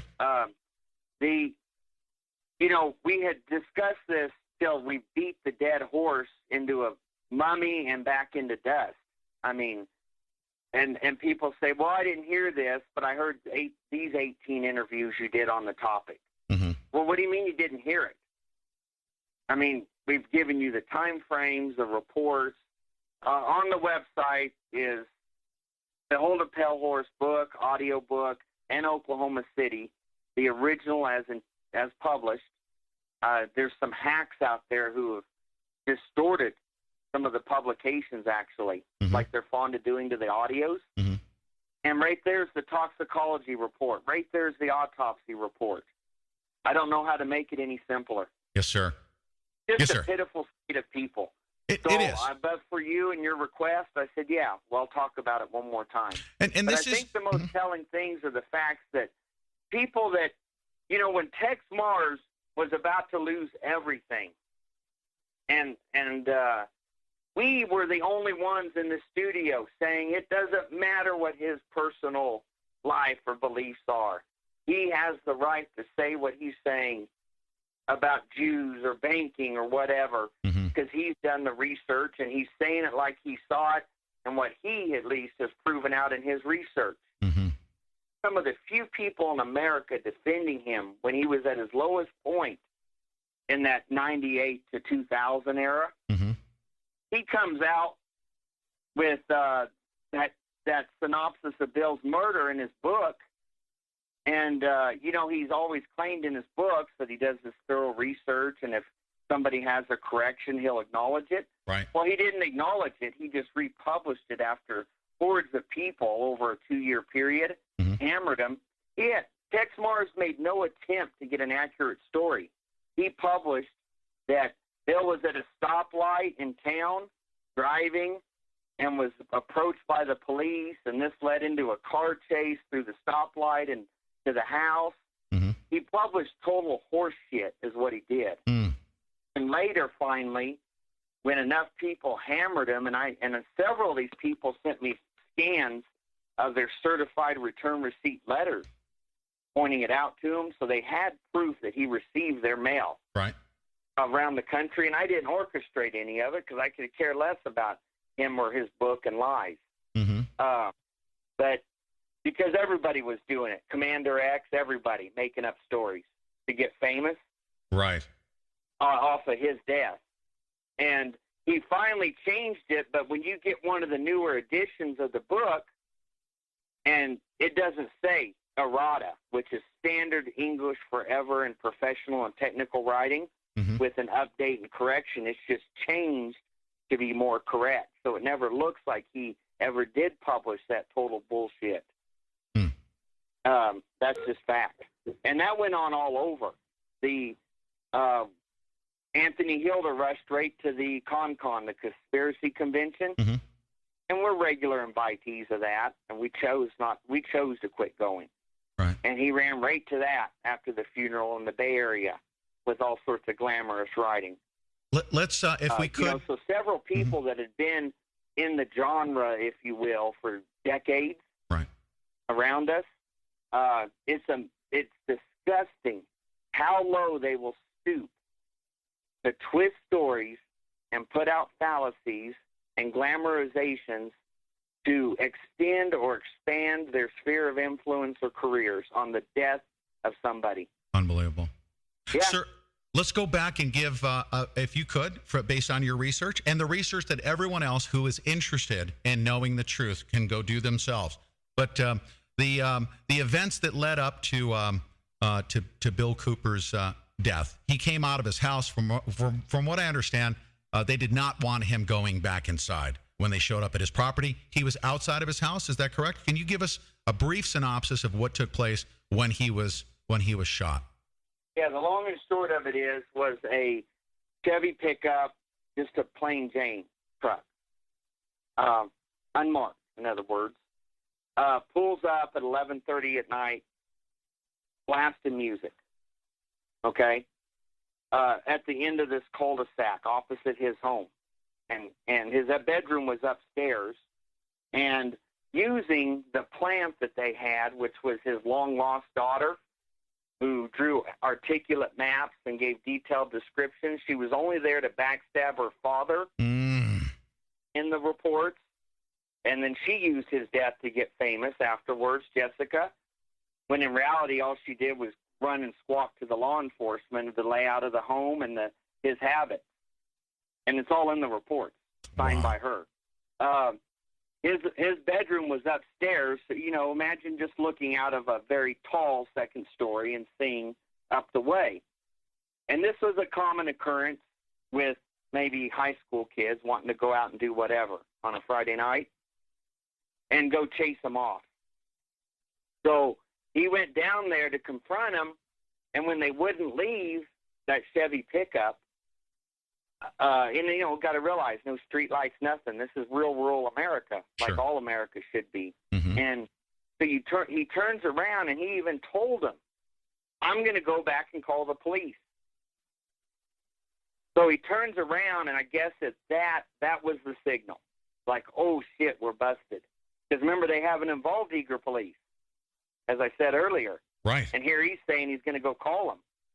So that's when he had just turned around, and initially some goons came out of bushes to his left on the hillside on foot and ran at his door and then stopped, and he put his hands out kind of open-palmed. And then at that point when they accelerated or retook up movement towards him, he threw it into gear and floored it. One of them was jumped up. It was a step-side pickup Bill had. A blue Chevy step sides. They jumped up on the little running board, and they want to reach in and yank your shifter in the park. So he got thrown off was all. He didn't get ran over, barely scratched. And Bill jumped up, kind of went over a little hump and ripped out his exhaust system getting back to the home, maybe a cumulative 350 yards. All this is occurring in. Well, in that back of that truck, they had plenty of manpower. They actually had the two people in front, the appearance of partiers to lure him out of the home. Right. In the middle of the night with the loud stereo. They even had a personnel laying in the floorboards, and under a tarp, 5 more in the back of the truck. Wow. Okay. Besides what had been moving around the periphery of the property in the dark. Right. So when he gets up in front of the house, he's just locking it up at kind of an angle, like how you would in an emergency. Right. And he gets out and is going towards the front door, and that's when the shooting began.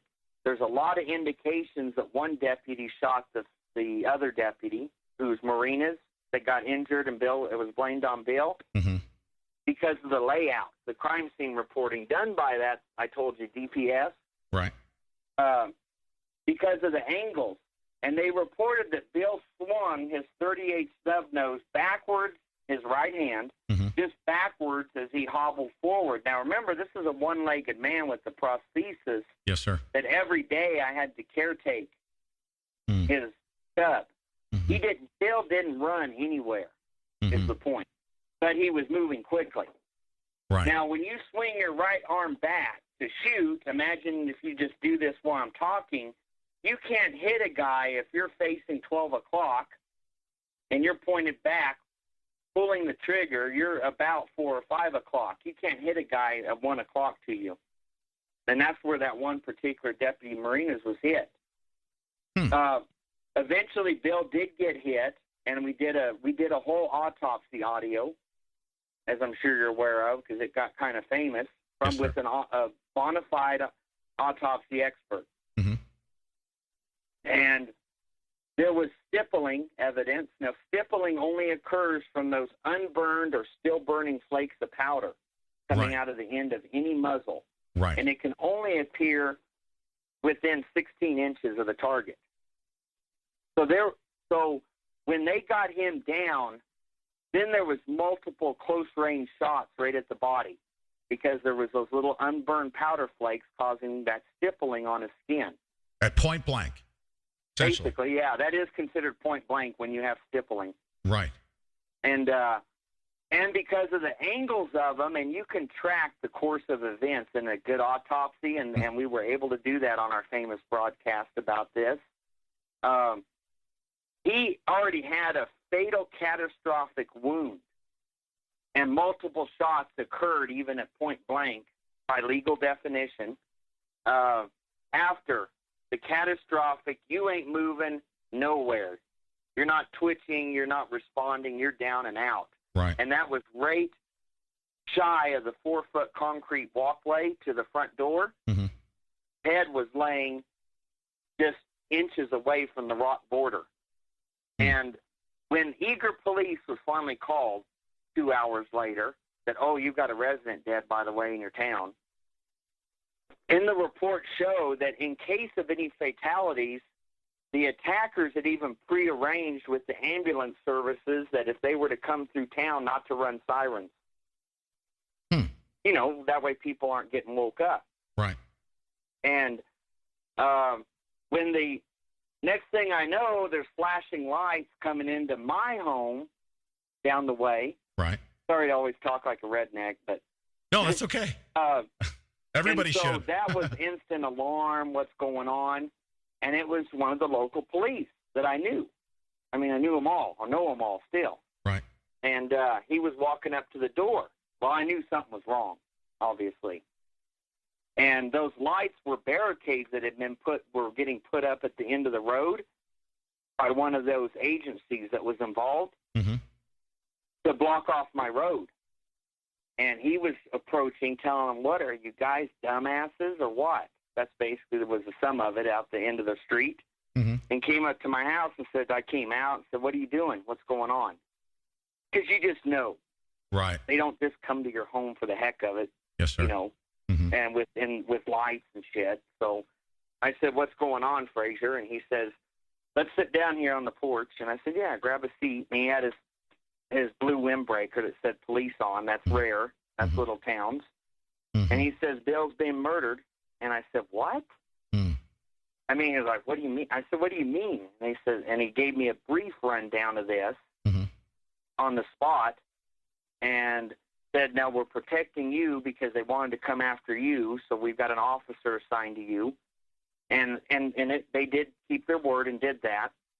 And he said, they told us in our briefing at 1 a.m. when the chief finally got the call and called me as the only detective on the force. It's just a shared duty reality on a small force. And we went up there. They said we did not want another Waco or Ruby Ridge, so we weren't going to allow him to get in the house alive. Yeah. Because he could call me. Right. Or he could link up with WBCQ, get on the Comrex and go, or whatever. Mm-hmm. So they had never had an intention of him getting back in the home alive. So there's your synopsis. They protected you at that point, and thank goodness they did, because you're here to you're here to tell the story, and here to of course you have for many years to tell the truth, of course. But you have not, and thank you very much for sharing that. And ladies and gentlemen, most importantly, the reason why we're documenting this, and Doyle Shamley has said, Pete, I'll do it for you. We have actually honored Bill Cooper on a daily basis. And because of that, Doyle is willing to share this story one last time. But we want to encourage each and every one of you, just as Bill Cooper encourages us, and he did for many, many years, do the research yourself. Don't believe anything that you have not researched yourself. Don't trust anybody. Go out there and do it yourself. The information is there for you. That's the main message we want to communicate here. Yeah. Yeah. And, real quick aside, because that even saying they protected me is kind of that's technically wouldn't be the right term, but the long and short of it was there was helicopters over my house at under 100 feet as the day went on, snipers stationed on hills, and numerous outside forces coming. So like when these outside agencies were going to use a robot to blow the front of the house off to enter, because they were told that that me and Bill had planted landmines and booby traps all over. Said, dude, he's got 2 little fatherless daughters now, and I am the head fiduciary, and the chief backed me up on it and said, he's right, and you can't break their common law trust, and he is the fiduciary. So I said, don't be blowing the damn front of the house off, you idiots. That's the only thing they're going to have. At least let them go to college on it or something. Right. I mean, Jesus. So they took me to that meeting in the eager police car. And when some of the agencies, they were just being assholes, Pete. You know how they are. Yeah. So like they said I couldn't finish my cigarette. And I was in their meeting room, their incident command center, they called, an ICC. Sure. They set up like in a trailer. Right. I said, fine. I put it out in his cup of coffee. Good for you. And so they get a little pushy, and that's when he would kick in, the eager officer, and say, well, we're leaving now. Come on, Doyle. And then just park on my road, just right next to the house. Right. To keep everything else at bay. Yeah. What's going to come out of the helicopter? What news media is just going to show up? Things like that. Right.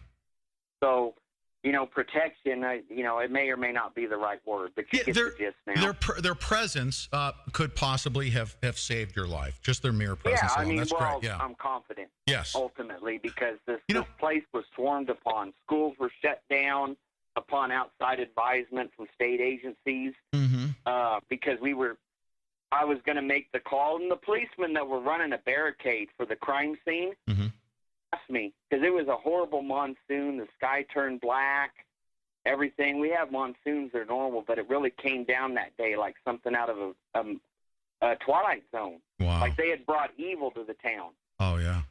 Like that type of scenario. And I was up there, when are you done? When are you going to be done? When are you going to be done? Every 20 minutes. And at the barricade, and they said, Doyle, are you going to make that call? Because I'm just here running a barricade, and I don't feel like trying to have a shootout with 10,000 militia members. And I said, where'd that come from? And it was more of that behind-the-scenes reports from supposed friends of Bill's. One particular friend that Bill talked about on the air even, he had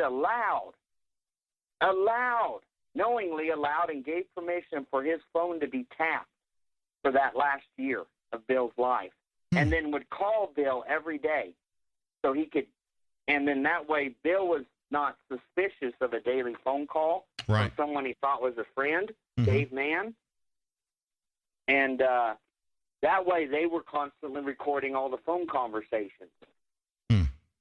I mean, all this came out afterwards when you could start getting reports and floppy disk.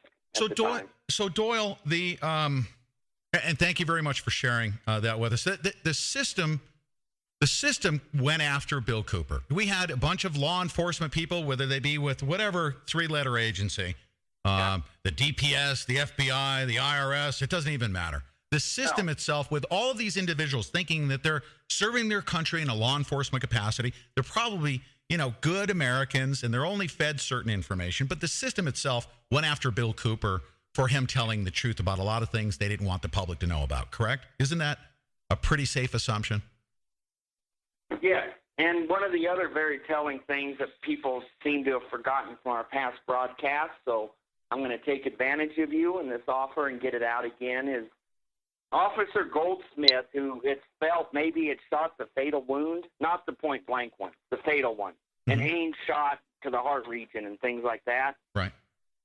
He was the one that's most in line on the schematics of the crime scene, which the schematics jive, getting to see like tape and brass casings. He was the one most in line to hit this Officer Marinas, not Bill, as I described earlier. About a month after the incident, Officer Goldsmith went to his leadership and said, dude, we need some internal investigations. I've got a lot of trepidations about that day. And they said, oh, it's just PTSD. Take another day off and go home and forget about it. And he pushed the issue again. We need to have some kind of large-scale outside agency complete audit, for lack of a better word, of what happened that night. Sure. I think he himself kind of knew he might have shot the other officer, and I think his morals were finally kicking in some point here. Because, he had just been fed that here's this guy with 50 warrants or whatever of shit. So, and he obviously was getting to see details as time went on, just like us. Sure. All of a sudden, next thing you know, one of our local National Guard units was coming home from the Middle East, a tour, and there was a welcome home parade, and he was in this motorcycle cavalcade, the welcome home, and I saw him at a little lunch break here on a big bus coming back from Fort Sill, demoving, and then they were headed over the mountain to their hometown. And he's part of this cavalcade, and an unknown suspect, it was never solved, came out and ran over him. That officer. Wow. That was for an inquiry. The one that was demanding the inquiry and into the incident that he was involved in. That's remarkable. Yeah. And it traumatized his wife, and she tried to approach me about a month after his death. They're locals, mind you. Right. Or were, past tense. And she wanted to talk to me bad and in tears, and she somehow dug up my number through the police, I assume, and called the home. And I was like, whoa, this is crazy. So I called a deputy to go with me to watch my back. Right. And at that point, when I called her back and said, okay, we're going to meet in this very visible Circle K parking lot and talk. Right. Didn't know if it was another setup. Then at that point, within just a small matter of time, maybe 3 hours went by, and I'm going to call her back to tell her, yeah, I'll meet you at 5, and you can tell me whatever's on your chest. She suddenly had changed views. Something got to her or somebody, and she says, I can't meet you. I can't talk about it. And when I was doing follow-up research for the people that made the documentary on Bill in that day, part of that, knowing they were coming, I was down at the state huge library in Phoenix and doing the microfilms, and the desk clerk was helping me. And I said, I need everything that even mentions 96 North Clearview Circle, Bill Cooper, William Milton Cooper, whatever form. I need it, and anything that's in this time frame. And he's pulling up the records. He goes, oh, dude, this is on the notification list. I said, what are you talking about? And we had done a broadcast on how libraries are part of the snitch system, as you know. Right. If you check out certain books, they're supposed to report to the Fed who you are. And it really was accelerated after 9/11, that program. Mm-hmm. Well, he says, I'm supposed to alert the authorities that someone's digging up info on Bill Cooper. So I'm going to print out the microfilms, and it shoots out like a copy machine. Right. And you need to get the hell out of here. That was the library clerk. So I did. I beat feet 9 blocks through a city I don't know on foot. Right. Through some crack neighborhood and everything till I found a taxi and hauled ass. That's how intense it was in the months following even. Wow. And ever since then, obviously, operational security has been an important concern of yours. You've been serving our nation very, and I say this with, a little trembling in my voice. I mean, obviously, you've had concerns for your own life. Have you still been followed ever since this incident occurred, or are they still trying to get to you somehow, some way? Oh, yeah. And in 2011, it got really bad, only in the sense that doing a bunch of East Coast workshops, 1-week trainings, right. Suddenly I was hit with that heightened security list at Phoenix Airport on my initial flight. And they shut down the whole security checkpoint because of me. I was just trying to fly and teach a workshop on the low deal titles. And then at another driving checkpoint, I got hit in on the same month whirlwind tour, and by now I'm in Ohio, Michigan region. It was a TSA Homeland Security checkpoint. Everybody in the vehicle was clear until they got to me in the back seat. The vehicles diverted off the path and went through 3 hours of interrogation. And I wouldn't brake, so they got pissed off finally and just let me go. Wow. Because they'd say, well, who attends your workshops? I said, attendees. And they'd say, well, what kind of attendees? I'd say, well, the ones that signed up. Right. And then they'd say, well, who signed up? I'd say, well, people that want to learn. It went like that for 3 hours. And these are federal authorities that are asking you these questions? Are they federal? Homeland Security and TSA. Homeland Security. So the federal goons essentially are, they're trying to circumvent what you're trying to do, and that is to get out there, educate the public. You've been doing so. And by the way, we have let's take about 15 more minutes here. Thank you so much for staying over a little bit. Okay. But I want to speed up the process here. You're still going around the country and you're teaching right now sheriff's departments and city councils on how they can reclaim their land, the land that is being managed by the federal government, like the BLM territory, and saying, you know what, reclaim the land, take it for your use, and you're teaching that to jurisdictions across the country, correct? Yes, and in fact, you're in my early work via email and first phone calls. I was doing the seminars with the National Constitutional Sheriff's Association. Yes. Remember that? Yes, sir. In California, Nevada, That's Oregon. Right. First contact you and I had ever had. Right. And I was doing the county by county. After the big group one, an all-day seminar on jurisdiction and delegation of authority under the law of all sheriffs and staff members and other elected officials. Then I broke off, and we had, obviously planned. So then it was now go to each sheriff's individual county. Right. And then some I couldn't hit on that particular tour, if you will, because they were like in Michigan. But many of these sheriffs are the ones that you have seen on the news, live on video or in reports that have been drawing the line, saying, sir. I have the jurisdiction, not you. Or, no, I'm not going to enforce gun bans because you don't have the jurisdiction. Right. I'm proud to say that many of these popping up in articles are very people sitting in that workshop. Awesome. Constitutional sheriffs, needless to say. Sheriffs and peace officers. Yes, sir. Yeah. Yep. And they're very successfully doing this, reclaiming their land from the federal government, correct?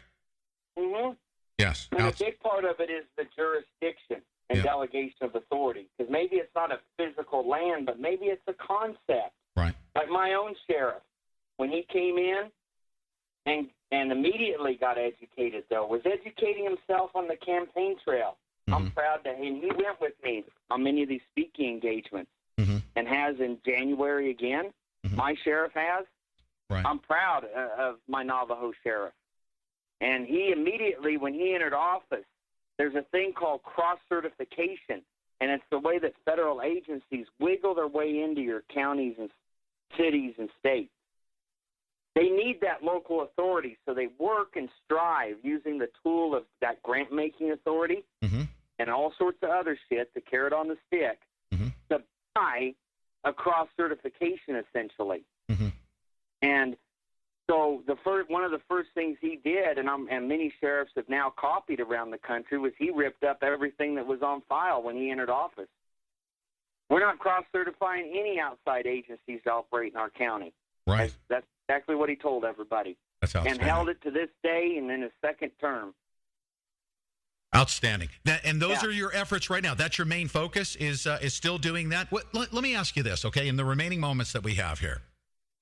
What is your biggest concern as to where we are as a nation? I mean, obviously, we've got the constitutional sheriff stepping up. It's only a portion of them. It's unfortunately a small portion of them. And pushing out the federal authorities. What can our population of listeners right now do to at least take some corrective action, just like you said, a proactive stance in their communities to push the feds back? What is the advice that you can give our listenership as to what they can do? We've done all the documentation, Pete, and we made this package deal that's so inexpensive, and we choose to be fully donation supported.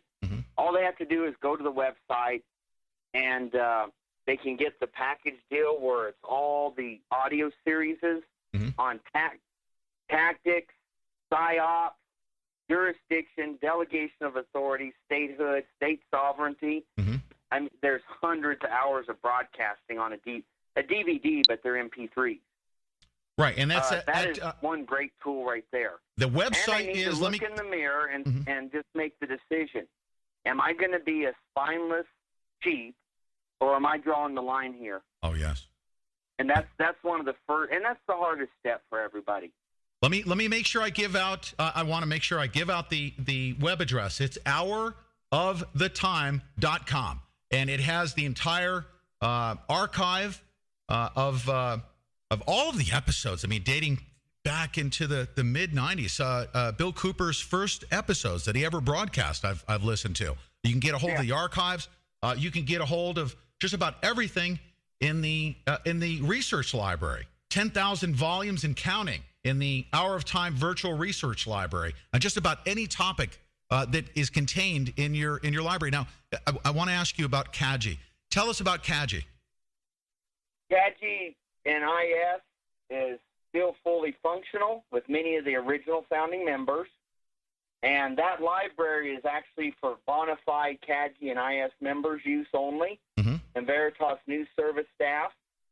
And but we occasionally have, you have attrition, like any organization. So someone says, I can't do it anymore, or I got cancer, or I'm super old and dying, whatever the case is. And we occasionally allow new members in through the normal processes. Sure. We have some new people applying right now. And those are the research arms around the country and around the world, actually. We have them on multiple continents. I get reports from Africa, Europe, multiple countries in Europe, North America, South America, and that's what feeds us our intel to constantly adapt to this attack. And CAGI stands for what? Citizens Agency for Joint Intelligence. For Joint Intelligence. And IS staff stands for what? Intelligence Service. Intelligence Service. Outstanding. So it's a team of researchers, very responsible, well-educated. You said that some PhDs are actually members of the staff, correct? Yeah, multiples, yes. Okay. And ladies and gentlemen, this is really important here, because if you actually go to the Hour of Time and you see that the Hour of Time Virtual Research Library, this 10,000 volume set in just about every discipline that you can imagine, is this where this information is stored and available to the public? No, that's the private use library for the members. Okay. So people would have to go through the normal processes, the backgrounds, the resumes, the writing, for it to be proofed. The normal things we've done since '93. Excellent. We're the only official CAD-GIS there is, always has been, and we still follow the same normal protocols. The founding members and us, we all are going to stick to that. Yeah. We're not going to change it just so we can say, oh, we got 100,000 members. Mm-hmm. Then you get into the rule of squares, which just means every time you exponentially increase your leaks. That's a proven fact in the military. Mm-hmm. And then plus you just start absorbing dead weight for the sake of numbers. That's exactly right. Quantity. We need quality. Let me now ask you the all-important question. And Bill Cooper, at a time in the late 90s, saw where our nation was going. And he saw that we were in collapse at that point. And I still believe that we were. This has been going on for decades now. It's been an incrementalism that has brought us to where we are today. But I think right now we are in full-blown collapse. We are almost in an undeclared state of martial law. Where do you think our nation is right now, and where do you think we're going? We are in the final throes of this full-blown implementation of communism, I believe. Do you agree with that? Yes, and if anybody wants to save and restore, and that's why I say restore our republic, because we have to restore it because there ain't much of it left. Mm-hmm. I'm not going to say save my republic. This isn't the first wave of attack. We're beyond that.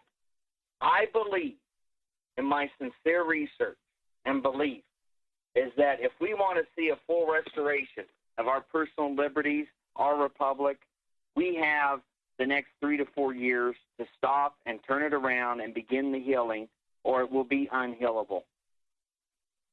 And you say it's going to take an additional 3 or 4 years of incrementalism, just breaking us down slowly but surely. Yeah. Okay. They're torquing on the screws fast and furious. They can say that, but they are.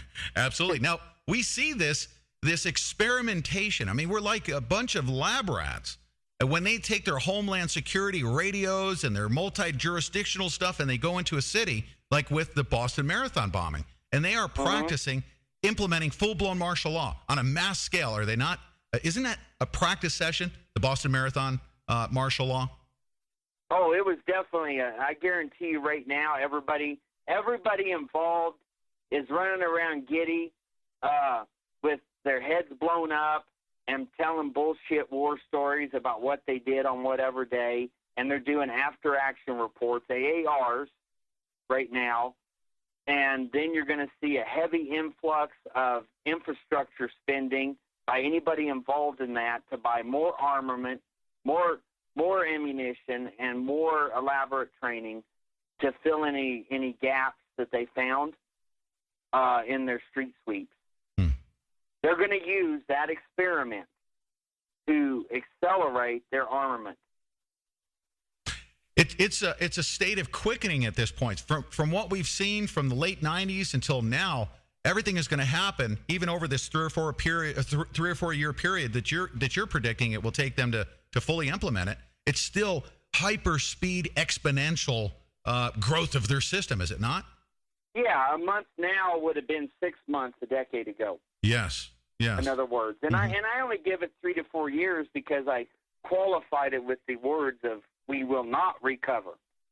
You won't ever have a republic or personal liberties back if we get that far. Yes, we've got this very narrow time frame to start what's going to be a decade-long healing period, a restoration again of our republic. Yes, sir. So you're looking at doing it, getting something started, and then another decade of trying to heal and turn around. Because think of it this way.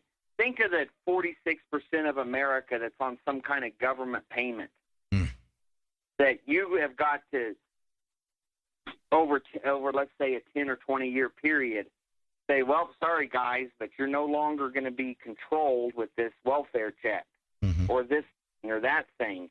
So you're going to have to get out and do something. Quit pumping out babies and go get a job or whatever. Right. Depending on what area you study. Immigration, whatever. And that's just not something you do overnight to a generation that is, the technical term is habituated. And essentially on the payroll. Yeah, they have been habituated. Yes. And that's what they know. They don't know any better. They don't know any different. Yes, sir. So when you cut them off, suddenly, overnight, whatever, occurs in a collapse to start the healing, Because you got to collapse to heal. We're beyond just healing, trust me, in this republic, what's left of it. We're not just going to go, oh, okay, we got some good congressmen and senators now, and we're going to start healing the country. That's gone. We have to collapse at this point. We have to hit bottom, totally bottom, before we can restore this republic. And when we hit that bottom, what do you do with those millions of people on the dole, on the federal tit? Yeah. You let them starve and riot in the streets? I mean, you see how it's going to compound? Yes, sir. So that's why I say it is still a piece of the fabric still left that could be restorable. If it goes beyond the next 3 or 4 years, we're going to have lost another generation since their big push started in the 80s. Right. We'll have lost a second one. And as the communists have said, actually it started getting promulgated during the French Revolution. And all your folks running around with the Fijian Caps of Liberty in the French Revolution. Yes, sir. They knew then, and they were proud of it. Stalin and Lenin published it heavily. Give me 2 generations, and let me get to that 3rd generation, and I'll control a country. Oh, yes. And sir, so that's where we're at.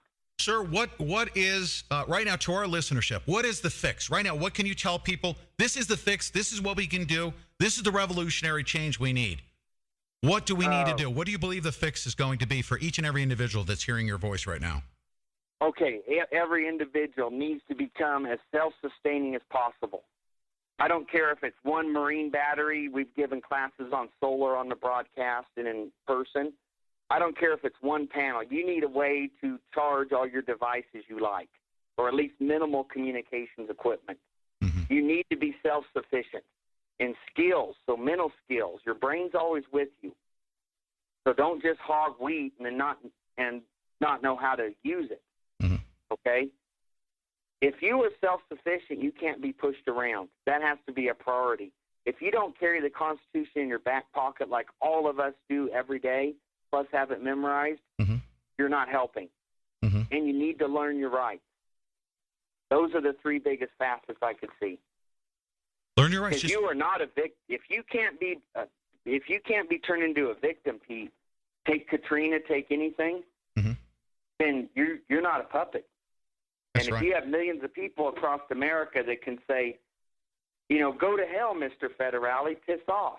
I don't need your welfare check, or I don't need your store that's only got 2 days of food on its shelves. So play your game. Right. Then suddenly they don't have as much ground. They don't have a good a step to launch from when you can't just be forced into a food camp. Yes, sir.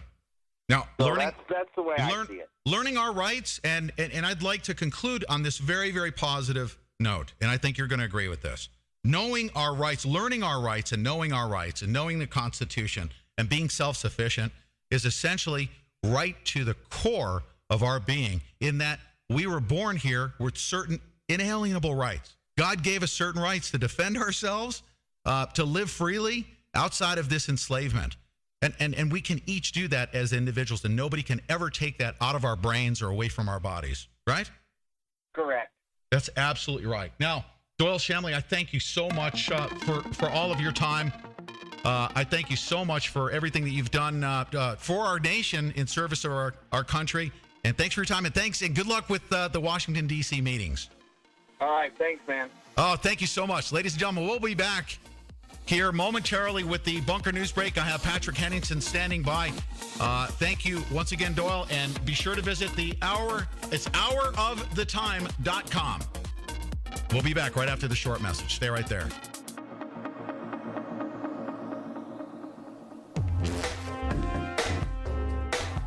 Jay's Jerky is a proud sponsor of the Pete Santilli Show. Not only that, Jay's been a loyal listener since we first got started. Super lean and beefy. Visit thePeteSantilliShow.com and click on the Jay's Jerky ad anywhere on the page. You'll find great deals, Jay's weekly and daily specials, and best of all, Jay supports the Pete Santilli Show like no other sponsor. It's smoking. Listen live daily to the Pete Santilli Show. You'll never know when he's calling in, but when he does, you can bet he's got an offer you won't be able to pass up. Superior quality meat. Jay's Premium Natural Jerky, wonderful flavors in beef, chicken, turkey, and natural buffalo jerky. For a mouth-watering organic experience, grab a bag of Jay's Jerky today. Place your order today. The most important question to be asked in our lifetime is answered in the book, Where's the Birth Certificate? A case that Barack Obama is not eligible to be the president, written by Jerome Corsi. Where's the Birth Certificate is a recommended read by Peter Santilli, host of the Pete Santilli Show, and is sold on Amazon.com. To purchase your copy of Where's the Birth Certificate, go to thepetesantillishow.com, click on the tab at the top that says Where's the Birth Certificate, and order your copy today or download it to your Kindle. Where's the Birth Certificate by Jerome Corsi is essential to the Infowar and a question we should all be asking. If you've been asking yourself, where's the birth certificate, and what will it mean if Barack Obama is not eligible to be president? Go to thepetesantillishow.com, click on the Where's the Birth Certificate tab at the top of the page, and order your copy from Amazon.com today. Pittman & Davis is a family-owned company that's been in business for over 80 years, specializing in delivery of fresh fruit, smoked meats, cheeses, pastries, and other scrumptious gift food items. What's more, Pittman & Davis gift food selections are meticulously prepared to ensure the finest quality possible and made in small batches to be shipped fresh daily. Pittman & Davis, fresh fruits and gifts since 1926. Visit thepetesantillishow.com/gift right now to see their selections. Get your credit repaired today at greatcreditnow.com. We'll help remove bankruptcies, judgments, foreclosures, and late payments from your credit reports. Great Credit Now was phenomenal. I was able to reestablish my credit. I even bought a brand new car. Thanks, Great Credit Now. Great Credit Now helps some of our customers lower their interest rates and save money. Save time and save money, and get approved for the new car or home you want without crazy interest rates or high payments. Call now for your free credit consultation, 800-258-0653. Hi folks, Pete Santilli here. As a prominent social media personality on Facebook and Twitter since they were first launched, I participated in one-dimensional discussions with literally hundreds of thousands of followers. When I first set up my SecondLife.com account about a year ago, I entered a whole new magical world that brought my social media activity to life. Second Life is much more than just a 3D game or a social media platform. It'll bring your online persona to life in one of the most beautiful virtual reality simulators on the internet. It's free, and besides, it's the best way to listen to the Pete Santilli Show. You can interact with me live as I broadcast daily from the Overthrow Bunker studio. To get your free account, go to any one of our episodes and click on the Second Life banner. Once you're in, we'll give you the grand tour of our newly built Camp FEMA, the very first educational tool of its kind anywhere in the world. For a limited time, if you sign up for a new SecondLife.com account, we'll give you a priceless welcome package. SecondLife.com. Join now, tune in, and connect with your friends at the Pete Santilli Show. Live from the Overthrow Bunker and FEMA Region 9, you're listening to The Pete Santilli Show. And now it's time for the Bunker News Break, brought to you by BeforeIt'sNews.com, with international news correspondent Patrick Henningsen. We're getting faster! This is the real. This is real hardcore news in this segment. Each and every day we have a modified Pete Santilli Show because we just came off of an interview with Doyle Shamley from HourOfTheTime.com. He's Bill Cooper's researcher when the late, great Bill Cooper was alive and doing the work now that he is doing on behalf of the American public. So we are now transitioning to the Bunker News Break, brought to you by BeforeIt'sNews.com, presented by Patrick Henningsen from 21stCenturyWire.com. He's an investigative journalist extraordinaire. He's a global political analyst, a geopolitical analyst who has his finger on the pulse of the world, and he joins us each and every day to talk about the news that's important to you.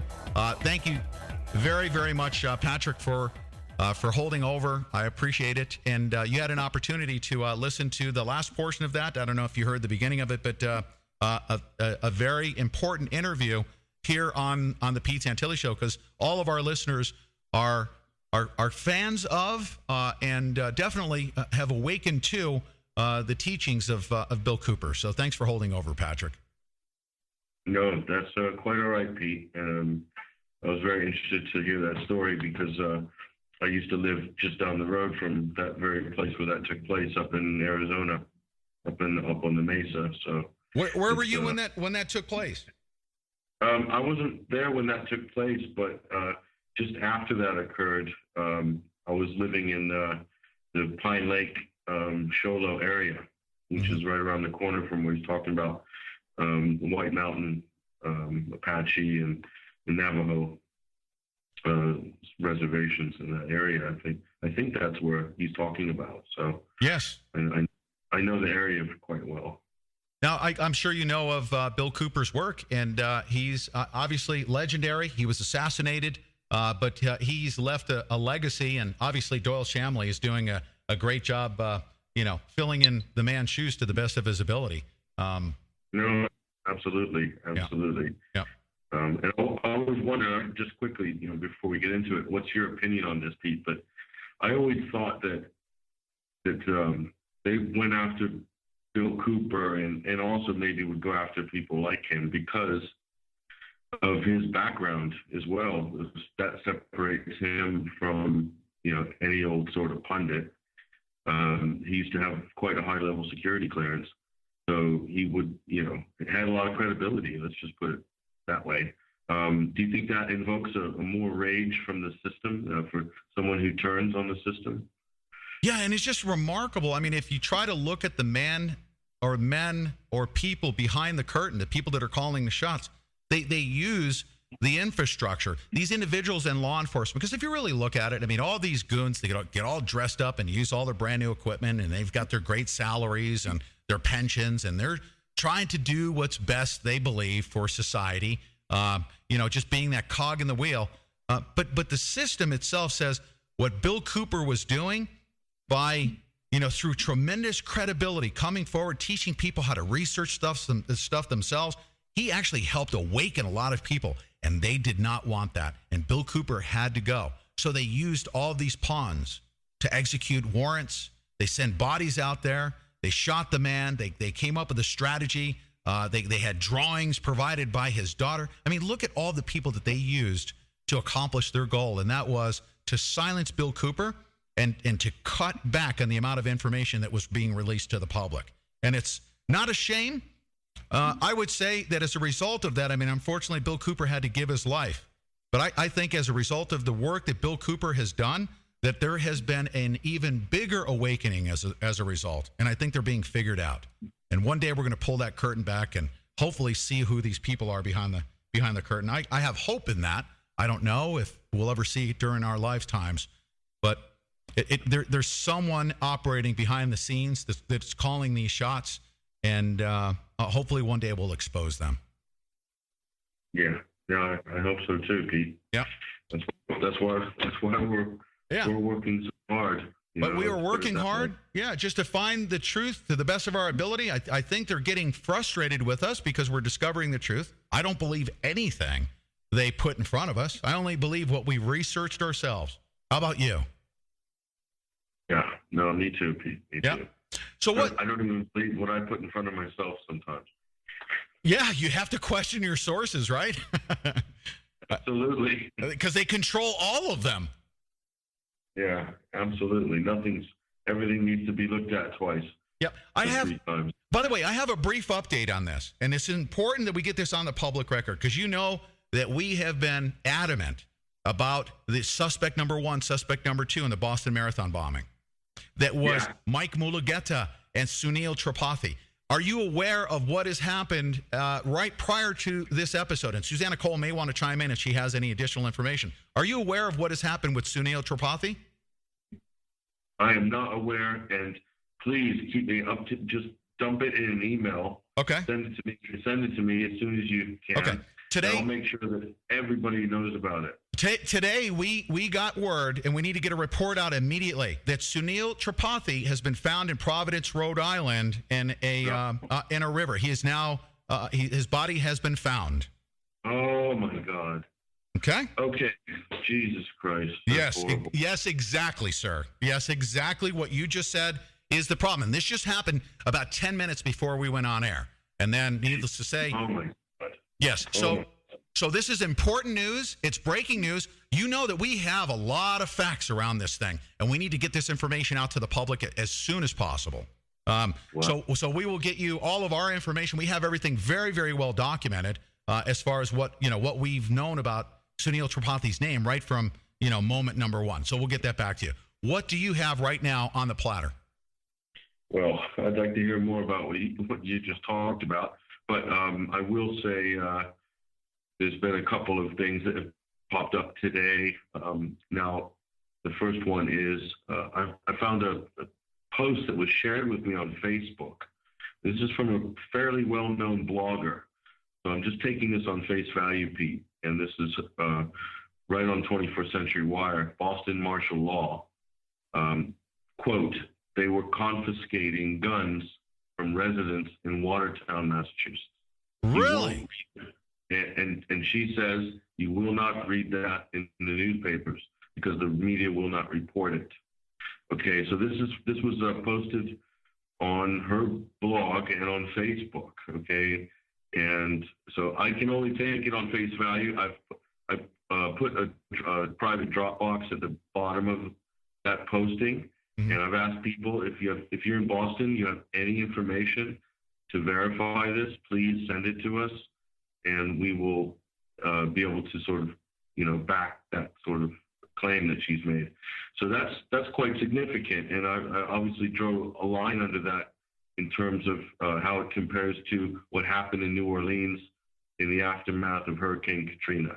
So that's a new dimension to this dragnet in Boston. Wow. And there's evidence of such, and you have you spoken to anybody that knows personally and firsthand that guns were being confiscated? I haven't spoke to them. I'm just going on her testimony. Okay. I've contacted her, waiting for her to get back to me. Okay. And also, I put out my feelers in Boston a couple of days ago. Right. And I'm hoping that one or two people are going to get back to me. Maybe not on this issue, but just on things in general. So I put a feeler out for dissenters in Boston because they're not being heard in the media. Right. Wow. That's an interesting development there. If that indeed was the case, if there were any confiscations. We'll find out. We'll find out. Normally, when you put out a story like this, and I put it out objectively, and just reported what has been said, normally I get a flood of stuff coming back, and if there's anything that is substantial, it's going to come back either into our comment section or into our private Dropbox. Okay. And do you have that report published on 21st Century Wire right now, or that notification? It's right at the top, right at the first story. Okay, fantastic. Awesome. Everyone, go to 21stcenturywire.com. And for all of you Twitter bombers out there, that is going to be the Twitter bomb that we need to get out today, in addition to the report on Sunil Tripathi. And if you don't mind, do you mind if I get to Susanna Cole? Because we have been on radio silence, and I'm sure she was actively listening to the Doyle Shamley interview. But do we have any additional information on Sunil Tripathi, Susanna Cole? Okay, so ABC News just put out a report. It's our newest one. But it says that the Rhode Island Medical Examiner's Office is trying to determine if a body pulled from a river is missing Brown University student Sunil Tripathi, who was erroneously linked on social media to the Boston bombings last week. An autopsy is being conducted on the body. However, it was unlikely a positive identification will be made today, according to Dara Chadwick, spokeswoman for the medical examiner's office.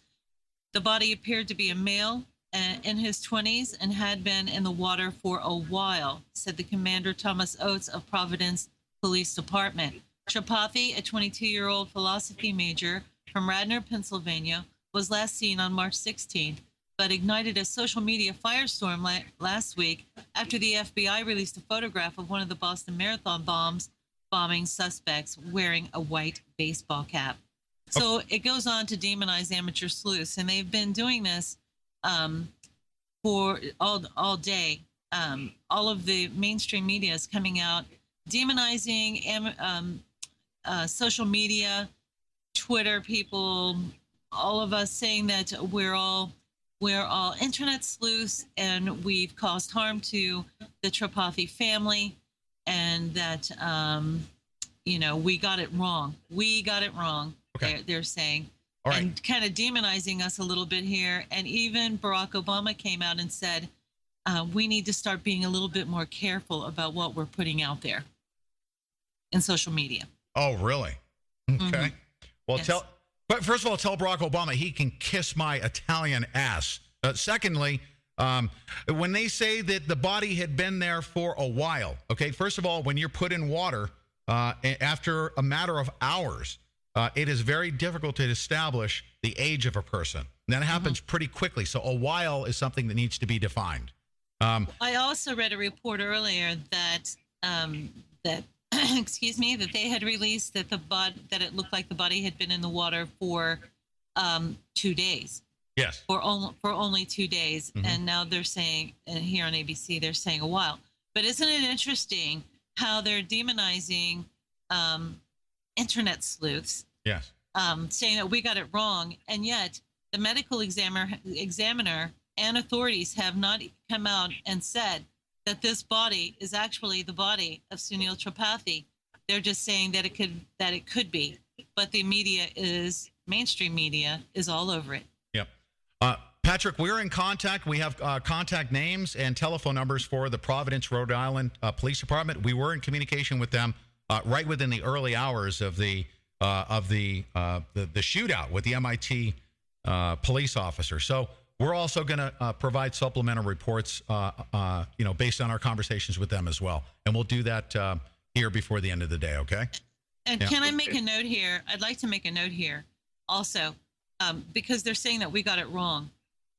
I cannot tell people enough that it was heard on the police scanners early on that Sunil Tripathi and someone named Mulugeta were identified as the suspects that they were looking for, that the Boston Police Department and Watertown was looking for.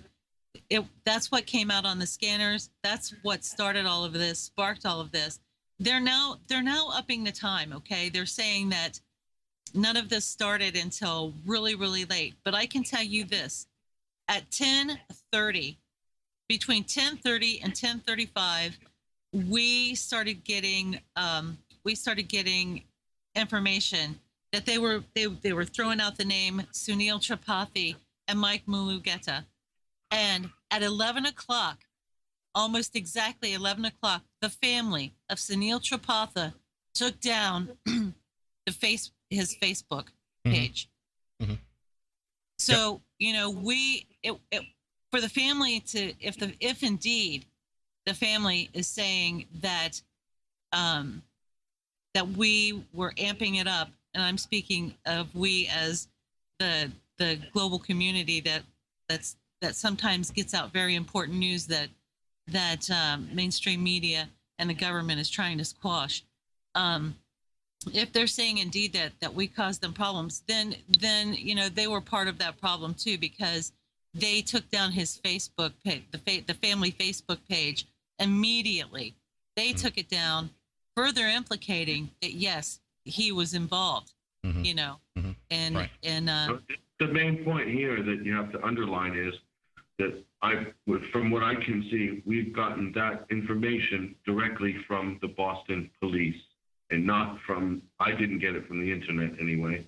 The first time I heard it was from the police scanner reporting. Yes. That's correct. Okay.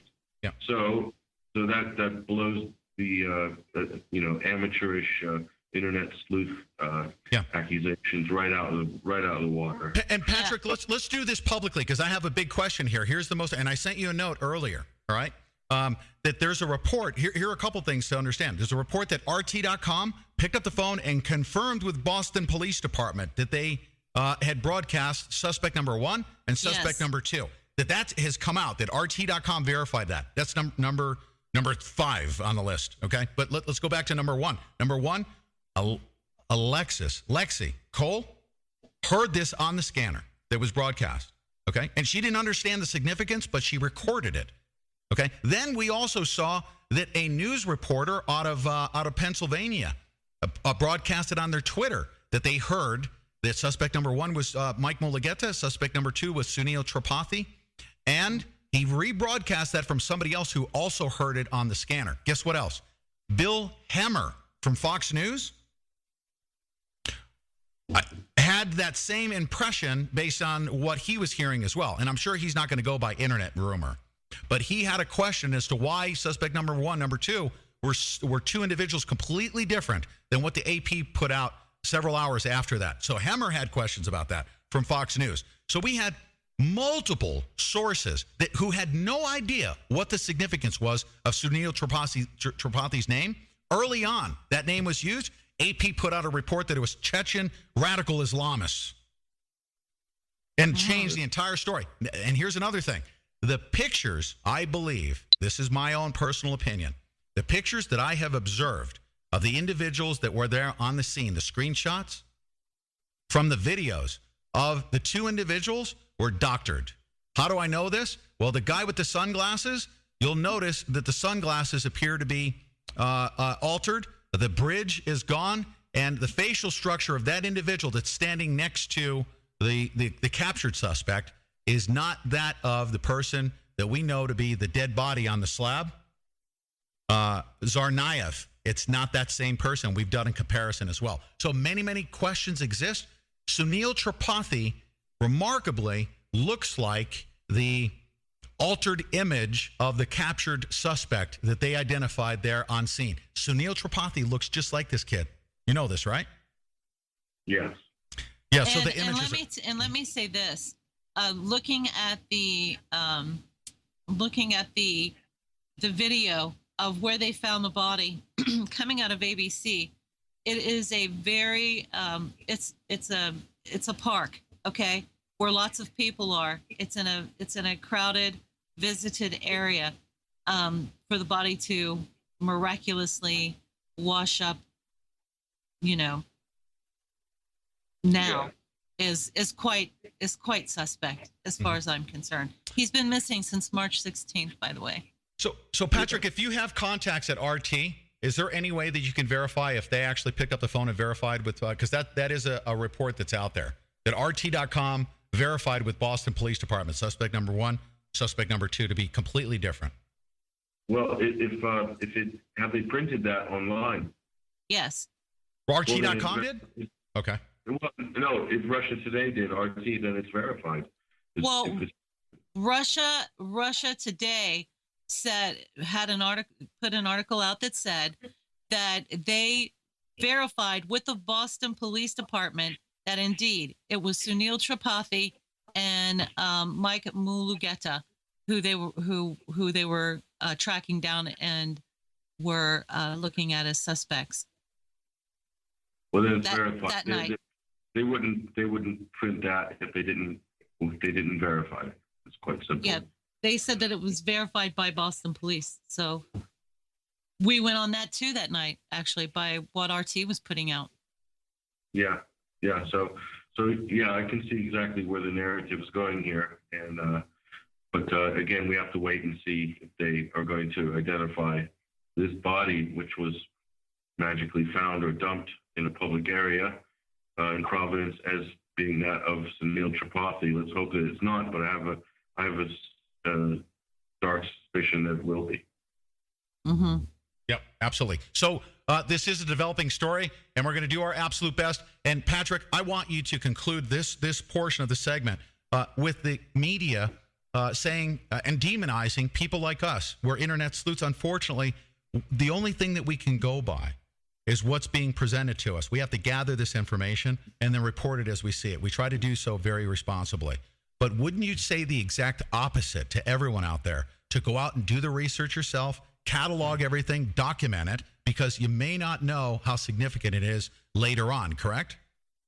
Yeah, that's right. Yeah.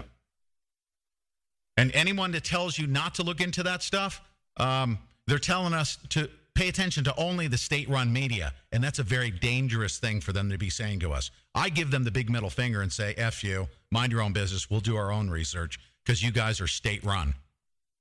Yeah. Debunk us. That's right. Discredit us. That's right. And that's what the invitation is. But if they can't debunk and discredit what's out there or genuine questions and evidence is just being laid out there, then I take that as an implication that they can't debunk and discredit it. So what they'll do is they attack the messenger. They'll attack you, attack your credibility, but they won't attack the substance of what's been said, presented, or questions that have been asked. So, same technique used over and over again. Mm-hmm. And let's not forget that at the end of our evening, when all of this was breaking, we spoke with Sunil Tripathi's sister, Pete did, and he asked her at the very end when she said that unequivocally it was not her brother that was suspect number 2 was not her brother. Pete asked her, he said, "How do you know?" And you know what she said? She said, "Because the FBI told me so." Oh, okay. Yes. Well, that just flies in the face of the evidence of what the Boston police were saying. So, if anyone's going to point the finger, then why don't they point the finger at the Boston PD? Mm-hmm. And start from there, and work your way back from there. Yeah. Because that's where it's originated. That's right. Yep. So, that's absolutely right. All right, sir. What else do we have in the news? Thank you so much, Susanna Cole, for You're that. welcome. And You this guys is going are to be always an welcome. ongoing thing. What else do we have in the news, Patrick Henningsen? Well, I'm going to cite, I don't often do this, but I'll just have to qualify this before I cite this article. This is a very good article, which is written by Kurt Nemo, okay? Mm-hmm. So, regardless of what one might think about Alex Jones, Alex has got some very, very smart, astute people writing for him, and one of those guys is Kurt Nemo. And Kurt wrote an article which is excellent today, okay? And the title of this article on Infowars.com is Tamerlan Tsarnaev attended CIA-sponsored workshop. And in 2012, the older brother attended a workshop run by an NGO that's a likely CIA front, and then called Fund of the Caucasus. And they held workshops in the summer of 2012. So again, this just builds up the profile of the older brother being involved as a patsy, really, somebody who's in and out of their system, the FBI, NGO, CIA system, okay, as an informant or whatever you want to call him. So he had to have had a handler or somebody directing him through the labyrinth of all the different activities that they've laid out for him, aside from the confirmations from his family that he had contact with the FBI, that he's been interviewed, they've called the mother. So again, what I'm going to underline here, Pete, is really important, okay? Because on the flip side of this line of questioning that we're pursuing here, and this side of the story, okay, on the other side you have Glenn Beck, okay? Right. So Glenn Beck, I'm just going to draw a line under Glenn Beck today, okay? He's come out and he said, we're not bluffing at the Blaze. We're not bluffing. And this really is like, since Glenn Beck went independent, you have to remember he was with, I think it was CNN, and they dropped him for whatever reason, maybe to save money. And so Glenn Beck started the Blaze, okay? Now, this was Glenn's first big news scoop, this story, the Saudi National, okay? Right. Before that, he was just giving chalkboard lessons about what it means to be a libertarian and very cleverly playing straddling the left-right paradigm and sort of, giving lip service to those who consider themselves conservative and massaging the Tea Party from the underside of it. Okay. Now, Glenn Beck essentially has released this information from his sources about this event file on the Saudi National. And so if you listen very closely to Glenn Beck's presentations, it's very interesting.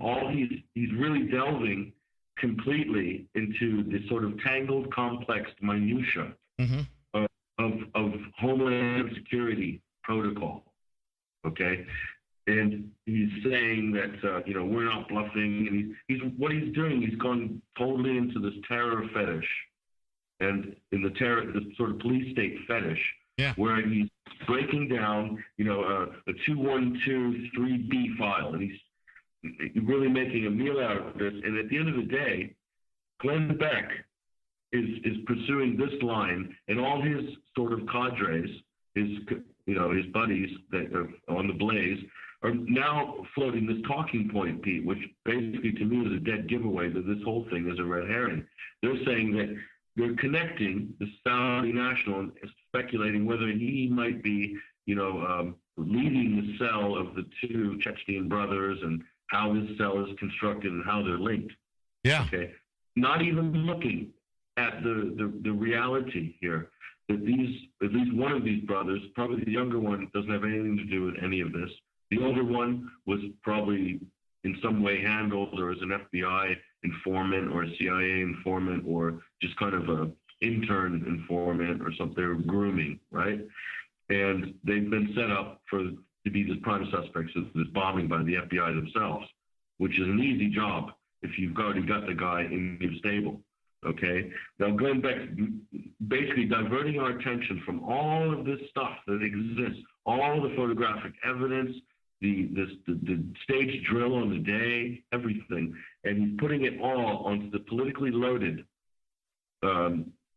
place, which is radical Muslim terrorists running amok in the United States, being covered up by someone in the Obama administration, and of course attacking, Janet Reno Napolitano, and saying that she's lied. Well, that's, tell me, it's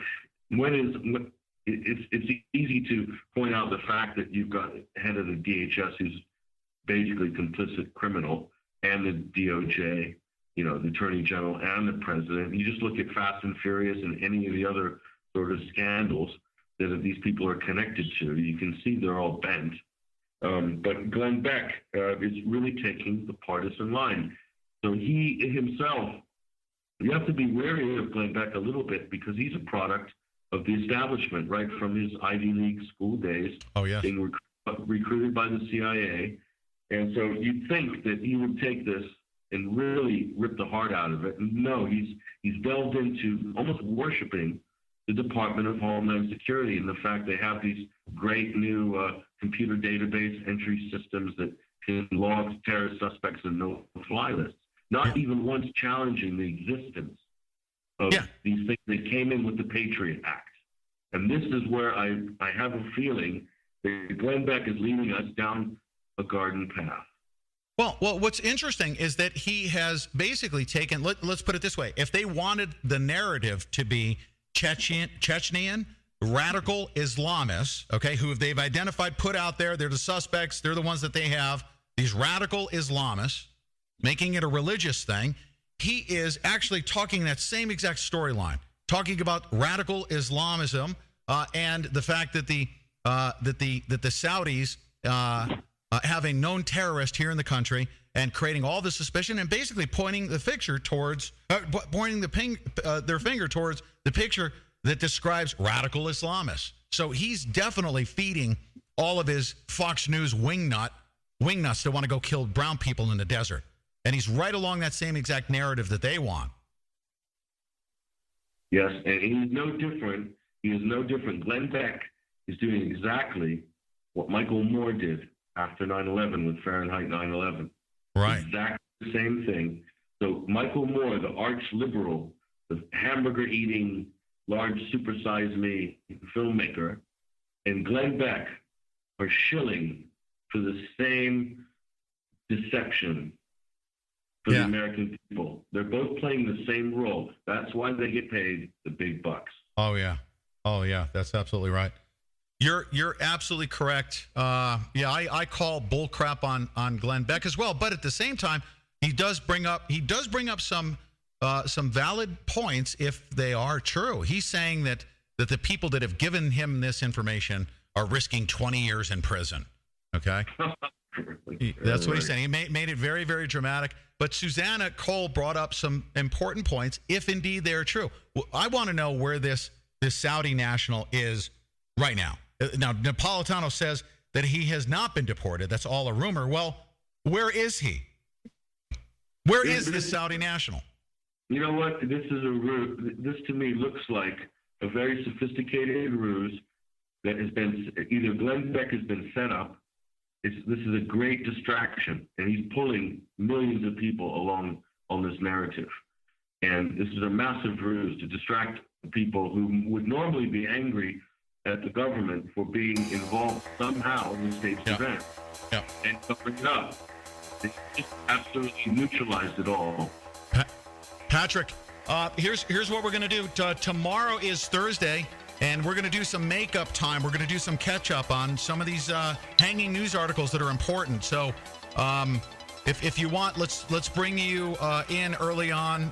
Schedule permitting, I would want to bring you in probably at the top of the hour tomorrow. Is that okay? So we can do some catch-up work? Okay. In the meantime, everybody, go to 21stcenturywire.com right now, especially if you have information. You're in the northeastern area, and you have information that guns have been confiscated under martial law through this Boston Marathon martial law declaration and display of force. We're very disturbed about that. We need your help.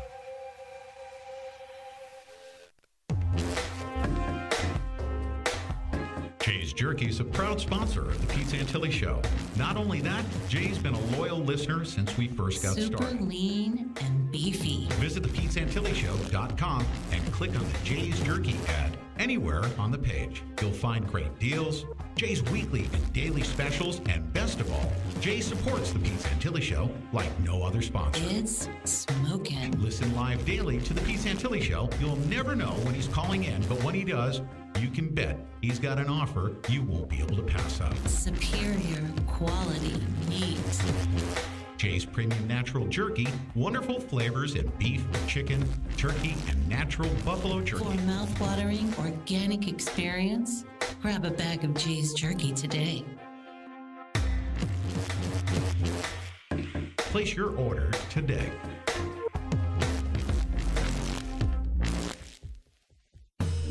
Hi folks, Pete Santilli here. As a prominent social media personality on Facebook and Twitter since they were first launched, I participated in one-dimensional discussions with literally hundreds of thousands of followers. When I first set up my SecondLife.com account about a year ago, I entered a whole new magical world that brought my social media activity to life. Second Life is much more than just a 3D game or a social media platform. It'll bring your online persona to life in one of the most beautiful virtual reality simulators on the internet. It's free, and besides, it's the best way to listen to the Pete Santilli Show. You can interact with me live as I broadcast daily from the Overthrow Bunker studio. To get your free account, go to any one of our episodes and click on the Second Life banner. Once you're in, we'll give you the grand tour of our newly built Camp FEMA, the very first educational tool of its kind anywhere in the world. For a limited time, if you sign up for a new SecondLife.com account, we'll give you a priceless welcome package.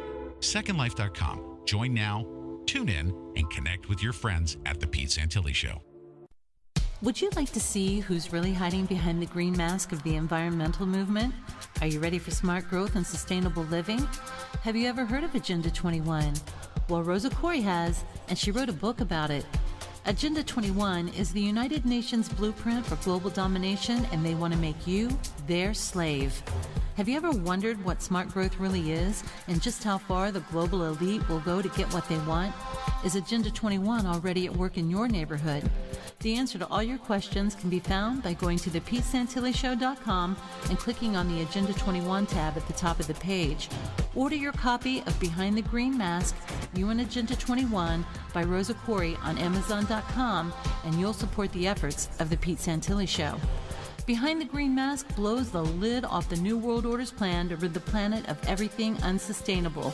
Read the book and then ask yourself, are you sustainable? One great thing about having Barnes & Noble as a sponsor of the Pete Santilli Show is that we love Barnes & Noble. If you visit thepetesantillishow.com, you'll see several ads displaying the new Nook color for the very special price of $169. If you've noticed the latest craze in ebooks, Everyone's carrying their favorite brand and immersed in the internet's newest revolutionary technology, the tablet e-reader. The Pete Santilli Show is proud to offer our listeners the new Nook, and we're also excited to offer what some are calling the best in the tablet world. What's more is that the new Nook Simple Touch Glow Light, Nook Color, and Nook Tablet range in the price of $199 to as little as $99. The Nook Tablet Reader from BarnesandNoble.com. Portable and definitely affordable. Visit thePeteSantilliShow.com today and click on any of the Barnes & Noble ads to find the Nook that's right for you. This is Dr. Judy Wood, author of Where Did the Towers Go? And you're listening to the Guerrilla Media Network. All right, ladies and gentlemen, we're not off kilter. Actually, I'm doing the schedule this way. Had a very important guest, Doyle Shamley. Of course, Patrick Henningsen's segment is equally important every single day. We have so much news, and we have to get his news, especially from his perspective. I trust it, and I want our listeners to hear from his perspective what's happening in the world. And we are left to our own devices as investigative journalists ourselves, even you as a citizen journalist, to make sure that we dig up information to the best of our ability and relay it to as many people as possible. The truth, that is, as we know it. I'm going to extend Patrick's segment tomorrow so we can get caught up on the news. In the meantime, we're going to go to Jason Liosatos. I told you that I'm going to be inviting Mr. Jason Liosatos, and I'm going to spell it for you because I want you to go to his website, JASON LIOSATOS, SATOS. So Jason Liosatos. I want you to, you're going to hear his voice here, okay? But I want to tell you how first of all, I first came into contact with Jason Liosatos through an introduction by Patrick Henningsen. Jason went to Cyprus with Patrick and did outstanding coverage. He provided translation and actually rode shotgun with Patrick in Cyprus. And then obviously you've heard Patrick Henningsen give many kudos and said that he could not have made that trip without being accompanied by Jason Liosatos. So we heard from him, and then I went to his website, and I heard about his book that he published. It's titled The Emergency Transformation of Human Beings. And then I clicked this button right here. And I'm going to tell you that, I heard his voice. I heard his passion. I loved what he was saying when we were interviewing him when he was in Cyprus. And then I played this. I just want to play just a brief excerpt here. Okay, and then I'm going to bring Jason Liosatos onto the Pete Santilli Show for the first, I'm sure, of many visits on Wednesdays. And we're, of course, going to end our Wednesday episodes on a very positive note with Jason. And I'm welcoming him officially and formally to the Guerrilla Media Network. And he'll be joining me, like I said, in the final segment of our Wednesday episodes. Listen to his voice right here. And you can actually go to his website and listen to this entire YouTube presentation. Hello, my name is Jason Liosatos. It's an introduction to my website. Welcome. My website's dedicated to the transformation of human beings, which is what my book's called, as the solution to the world's problems. It's not my solution to the world's problems when I say that, but the emergency transformation of human beings is the solution to the world's problems. There's no doubt about it, because we make up the whole. The change that is taking place now, and which is happening within people and within a lot of people on the planet, people are sort of waking up, and there's consciousness revolutions, and it's a very exciting time. This website's really dedicated to that transformation of consciousness, if you like, which is taking place whether we like it or not. The change which is happening is sort of, it's almost waiting in the womb of possibility, if you like. I talk about it in the book. So the change we want to see as far as our personal freedom and development is concerned, and changing the world, is like it's like an egg waiting to hatch. And that hatching is taking place now. That hatching is taking place now. And like I said, I wanted to provide just a brief excerpt because that was really my first introduction to really finding out who Jason Liosatos is. And quite frankly, not only does he make sense, but it's something that I've really known but haven't been able to put my finger on it. This grand awakening that is taking place, the changes that are taking place in the world today. I believe that if we recognize the power of our people and our consciousness, and you guys know this, I don't care if you believe this or not, it's a magical, mystical thing to talk about the power that we have. And I use the term collectively, collective consciousness. And I believe that the elite know, and they don't want us to talk about this. They know how powerful we are if we're told what Jason Lyosatos is going to tell us and share with us, and what we're going to discuss in this segment. I'm honored that Jason has agreed to come on the show and to talk about what we must do in this emergency situation to transform human beings to do what? We're not going to be the victim of the circumstances dished out by the elite. We're actually going to change the course of human history by how we respond to it. And if we do so in a positive way, we'll get a positive result, I believe. If we do it in a negative way, collectively, our consciousness, if we say we will be slaves, then guess what we're going to end up being? We're going to be slaves. And I think that our audience that I talk about, and I'm so proud to say that we've amassed these hundreds of thousands of people now, some cases more than what MSNBC viewers and listeners are paying attention to, that we as a group of individuals who are awakening can literally come together to affect the changes. And it's an emergency, ladies and gentlemen. And I wanted to bring Jason Lyosatos on as soon as possible. It's an urgent situation. And we're going to have these conversations every single Wednesday. Jason, thank you so much for joining me. I don't know how, I don't know if that was a good enough introduction for you, but I think that your message right now is probably the most important one going on in the world today. It was better than good. It was too good for me, I think, Pete, to be honest. You say it's not your, this isn't your concept. You're just sharing this with everybody, right? Well, the fact of the matter is, Pete, thanks for everything. Thank you, Patrick, for a great trip to Cyprus. It was an honor to be with Patrick, an amazing mouthpiece for truth, as you are. Thank you both very much. It's not, again, I want to make it clear, by the way, it's Lyosatos, not Lyosatos. I'm sorry. I is pronounced E. Not that it matters, because it's just a mask, a label, and I can talk on another program about the fact that we've got to urgently drop our masks and labels before they kill us. So that's another thing. Yeah. It is an emergency, Pete. There's no doubt about it. And the truth and common sense is just truth and common sense, whoever's mouth it comes out of, whether it's my mouth or anyone else that's talking about it. So I don't take, and any what's the name for that. But you mentioned the word emergency, Pete, and it is an emergency. There's no doubt about it. And it's very interesting. The word emergency is very interesting. It comes, the word emergency means actually urgent occasion requiring immediate action, So it's absolutely no exaggeration to say that we are facing an emergency now of epic proportions. And I can talk again about feedback loops and consequences created by decisions down the line. It's like if you kick a bowl of water, those ripples go into the middle and they come back out.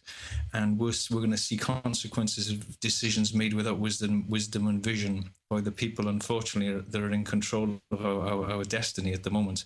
But as I've discussed with Patrick, before, we are actually in control of our own destiny, and that's a very big subject that I'd like to speak to again with you, maybe today or another time. Yes, we are in control of our destiny. And let me ask you this. This is a very important question that you can speak to. I'm sure you understand this. That we talk about the global elite. We are conspiracy factualists. We are conspiracy realists. And we know that there is an entity at the top of the pyramid that controls every aspect of our lives. And one thing that I believe is that they don't want us to know the power that we have within us individually. And then collectively, when we come together, our consciousness combined is a very powerful thing. If we have 7 billion awakened people on the planet, they will never be able to use any weapons against us, ever. That is the most powerful weapon in the world, I believe. Don't you agree with that assessment? It's a multifaceted thing, Pete. We're in terrible trouble at the moment. There's no doubt about it. But often you've got the recognition that you're in prison is the first thing that can get you out of prison. And we're almost psychically. I'll be careful how I say this. we're possessed almost by the people who run this world. And I'm not saying that I feel sorry for them. Let me tell you that I pity them, because to be in that position and to have become so unscrupulous and unethical and have lost your morals and ethics is a dreadful place to be. It's a hellish place to be, Pete. Because I've let go of mine in some points in my life, and they control us physically because of our dependence upon them for food, clothing, and shelter. Right. They possess us mentally because of fear. Fear is very paralytic to consciousness, so they're possessing us with mentally as well. And it's more than that; it's almost a psychic it's almost like a possession, because we're so frightened, intrinsically frightened of our future.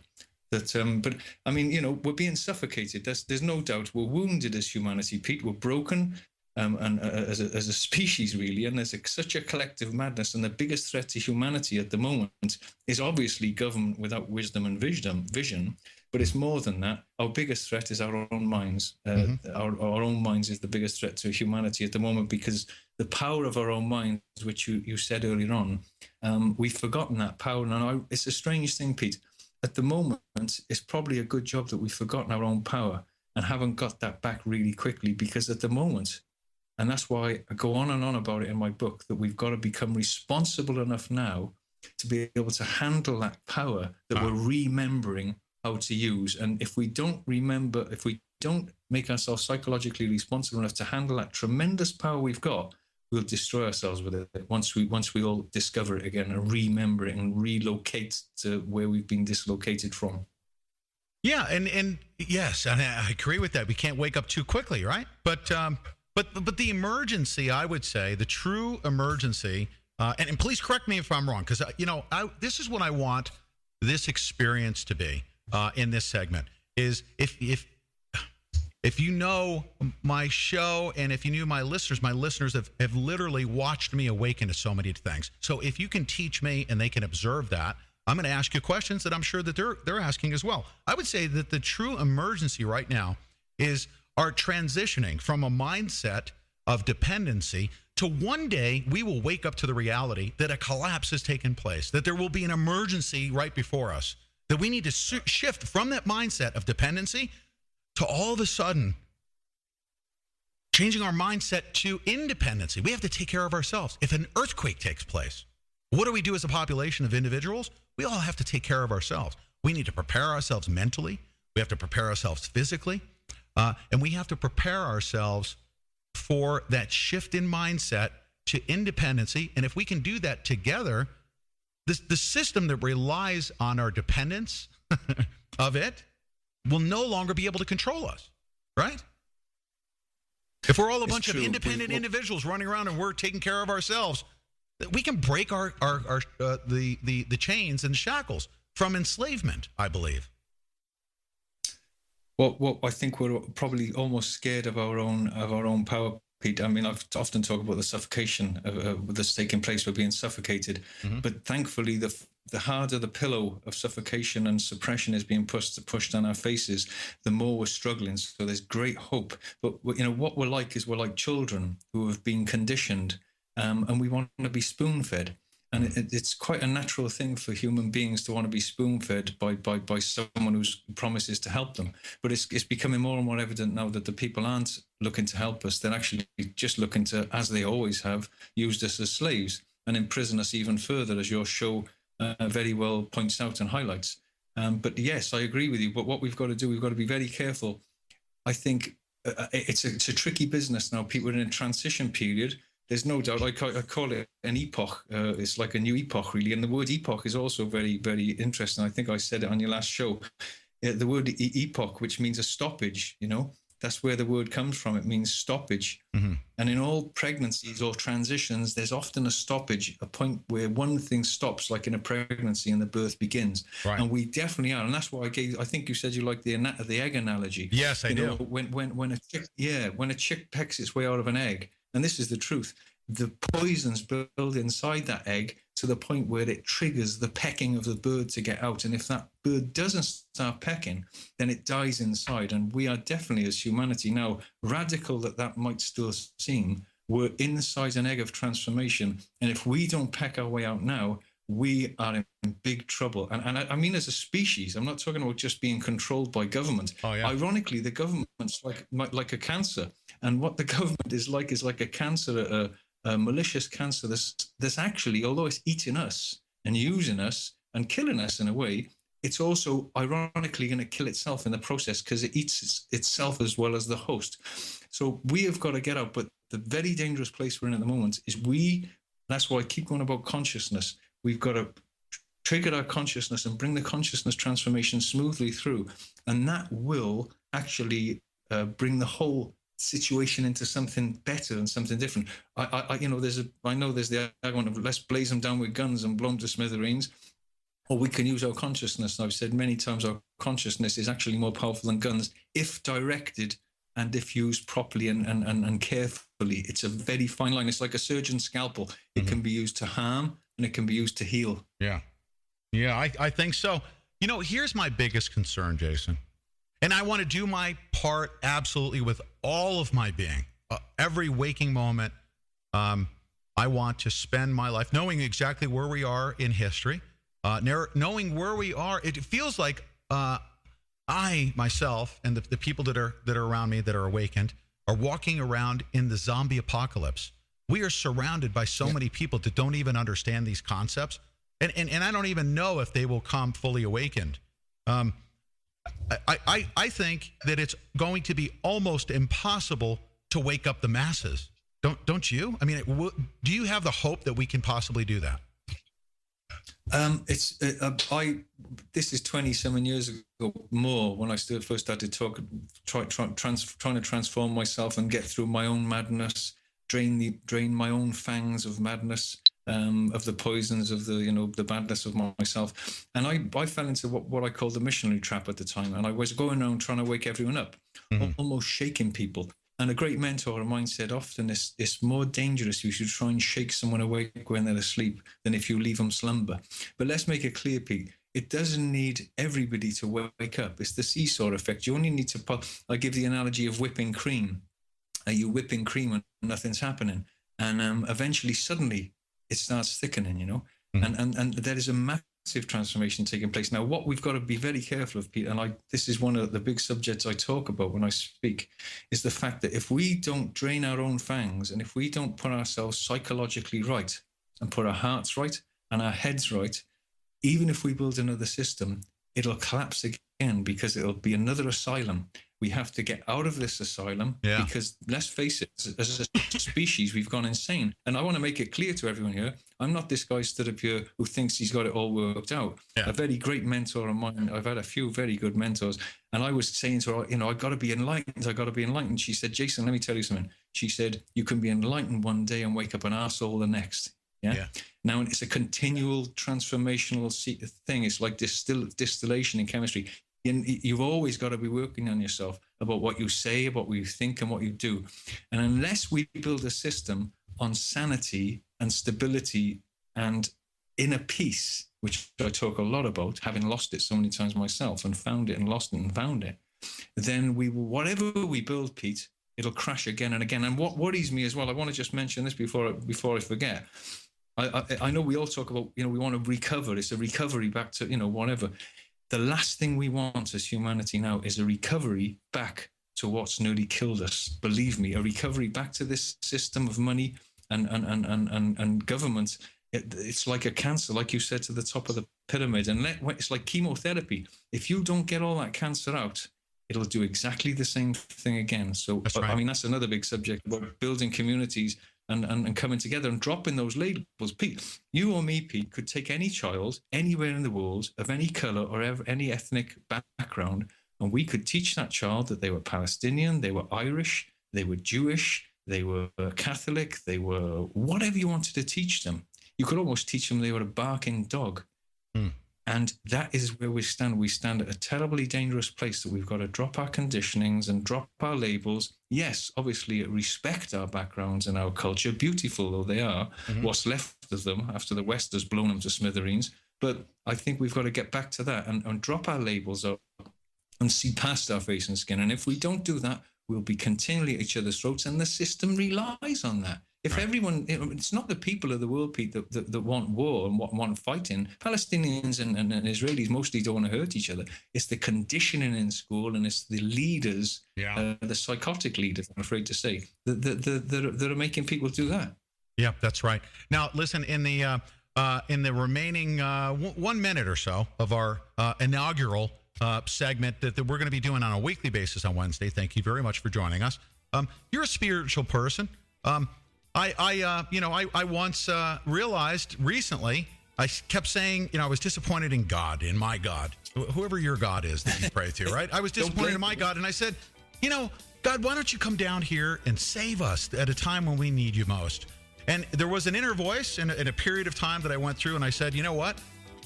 We have to do this ourselves, because if God came down and eradicated everybody at the top of the pyramid, they'll just be backfilled with other evil people. We have to do this ourselves, don't we, Jason? Right? Well, if I was God, I wouldn't dirty my hands on us at the moment, to be dead honest with you. And the other thing is religion is really experiential, which I'll talk about in another segment, if you like. It's actually a relocation. The words and the books are just the intellectual overlay, the theology. But real religion is experiential, which is what you felt when you asked that question. So we've got to do it ourselves, and we've got to work through our madness and horror. Hey, imagine coming back and doing it again, Pete. Wouldn't that be terrible? That certainly would. Jason, thank you much. That's all we have time for. And ladies and gentlemen, that's not the end of any segment. It's the beginning of our segment with Jason Leosatos. And I'll never get that wrong again. JasonLeosatos.com. Thank you for joining me, ladies and gentlemen, each and every day, 11 a.m. Pacific time. Every single day, 11 a.m. Pacific time. Join us here at the Pete Santilli Show. We'll see you guys tomorrow. Jaja is the bomb. Hip hop is to the floor.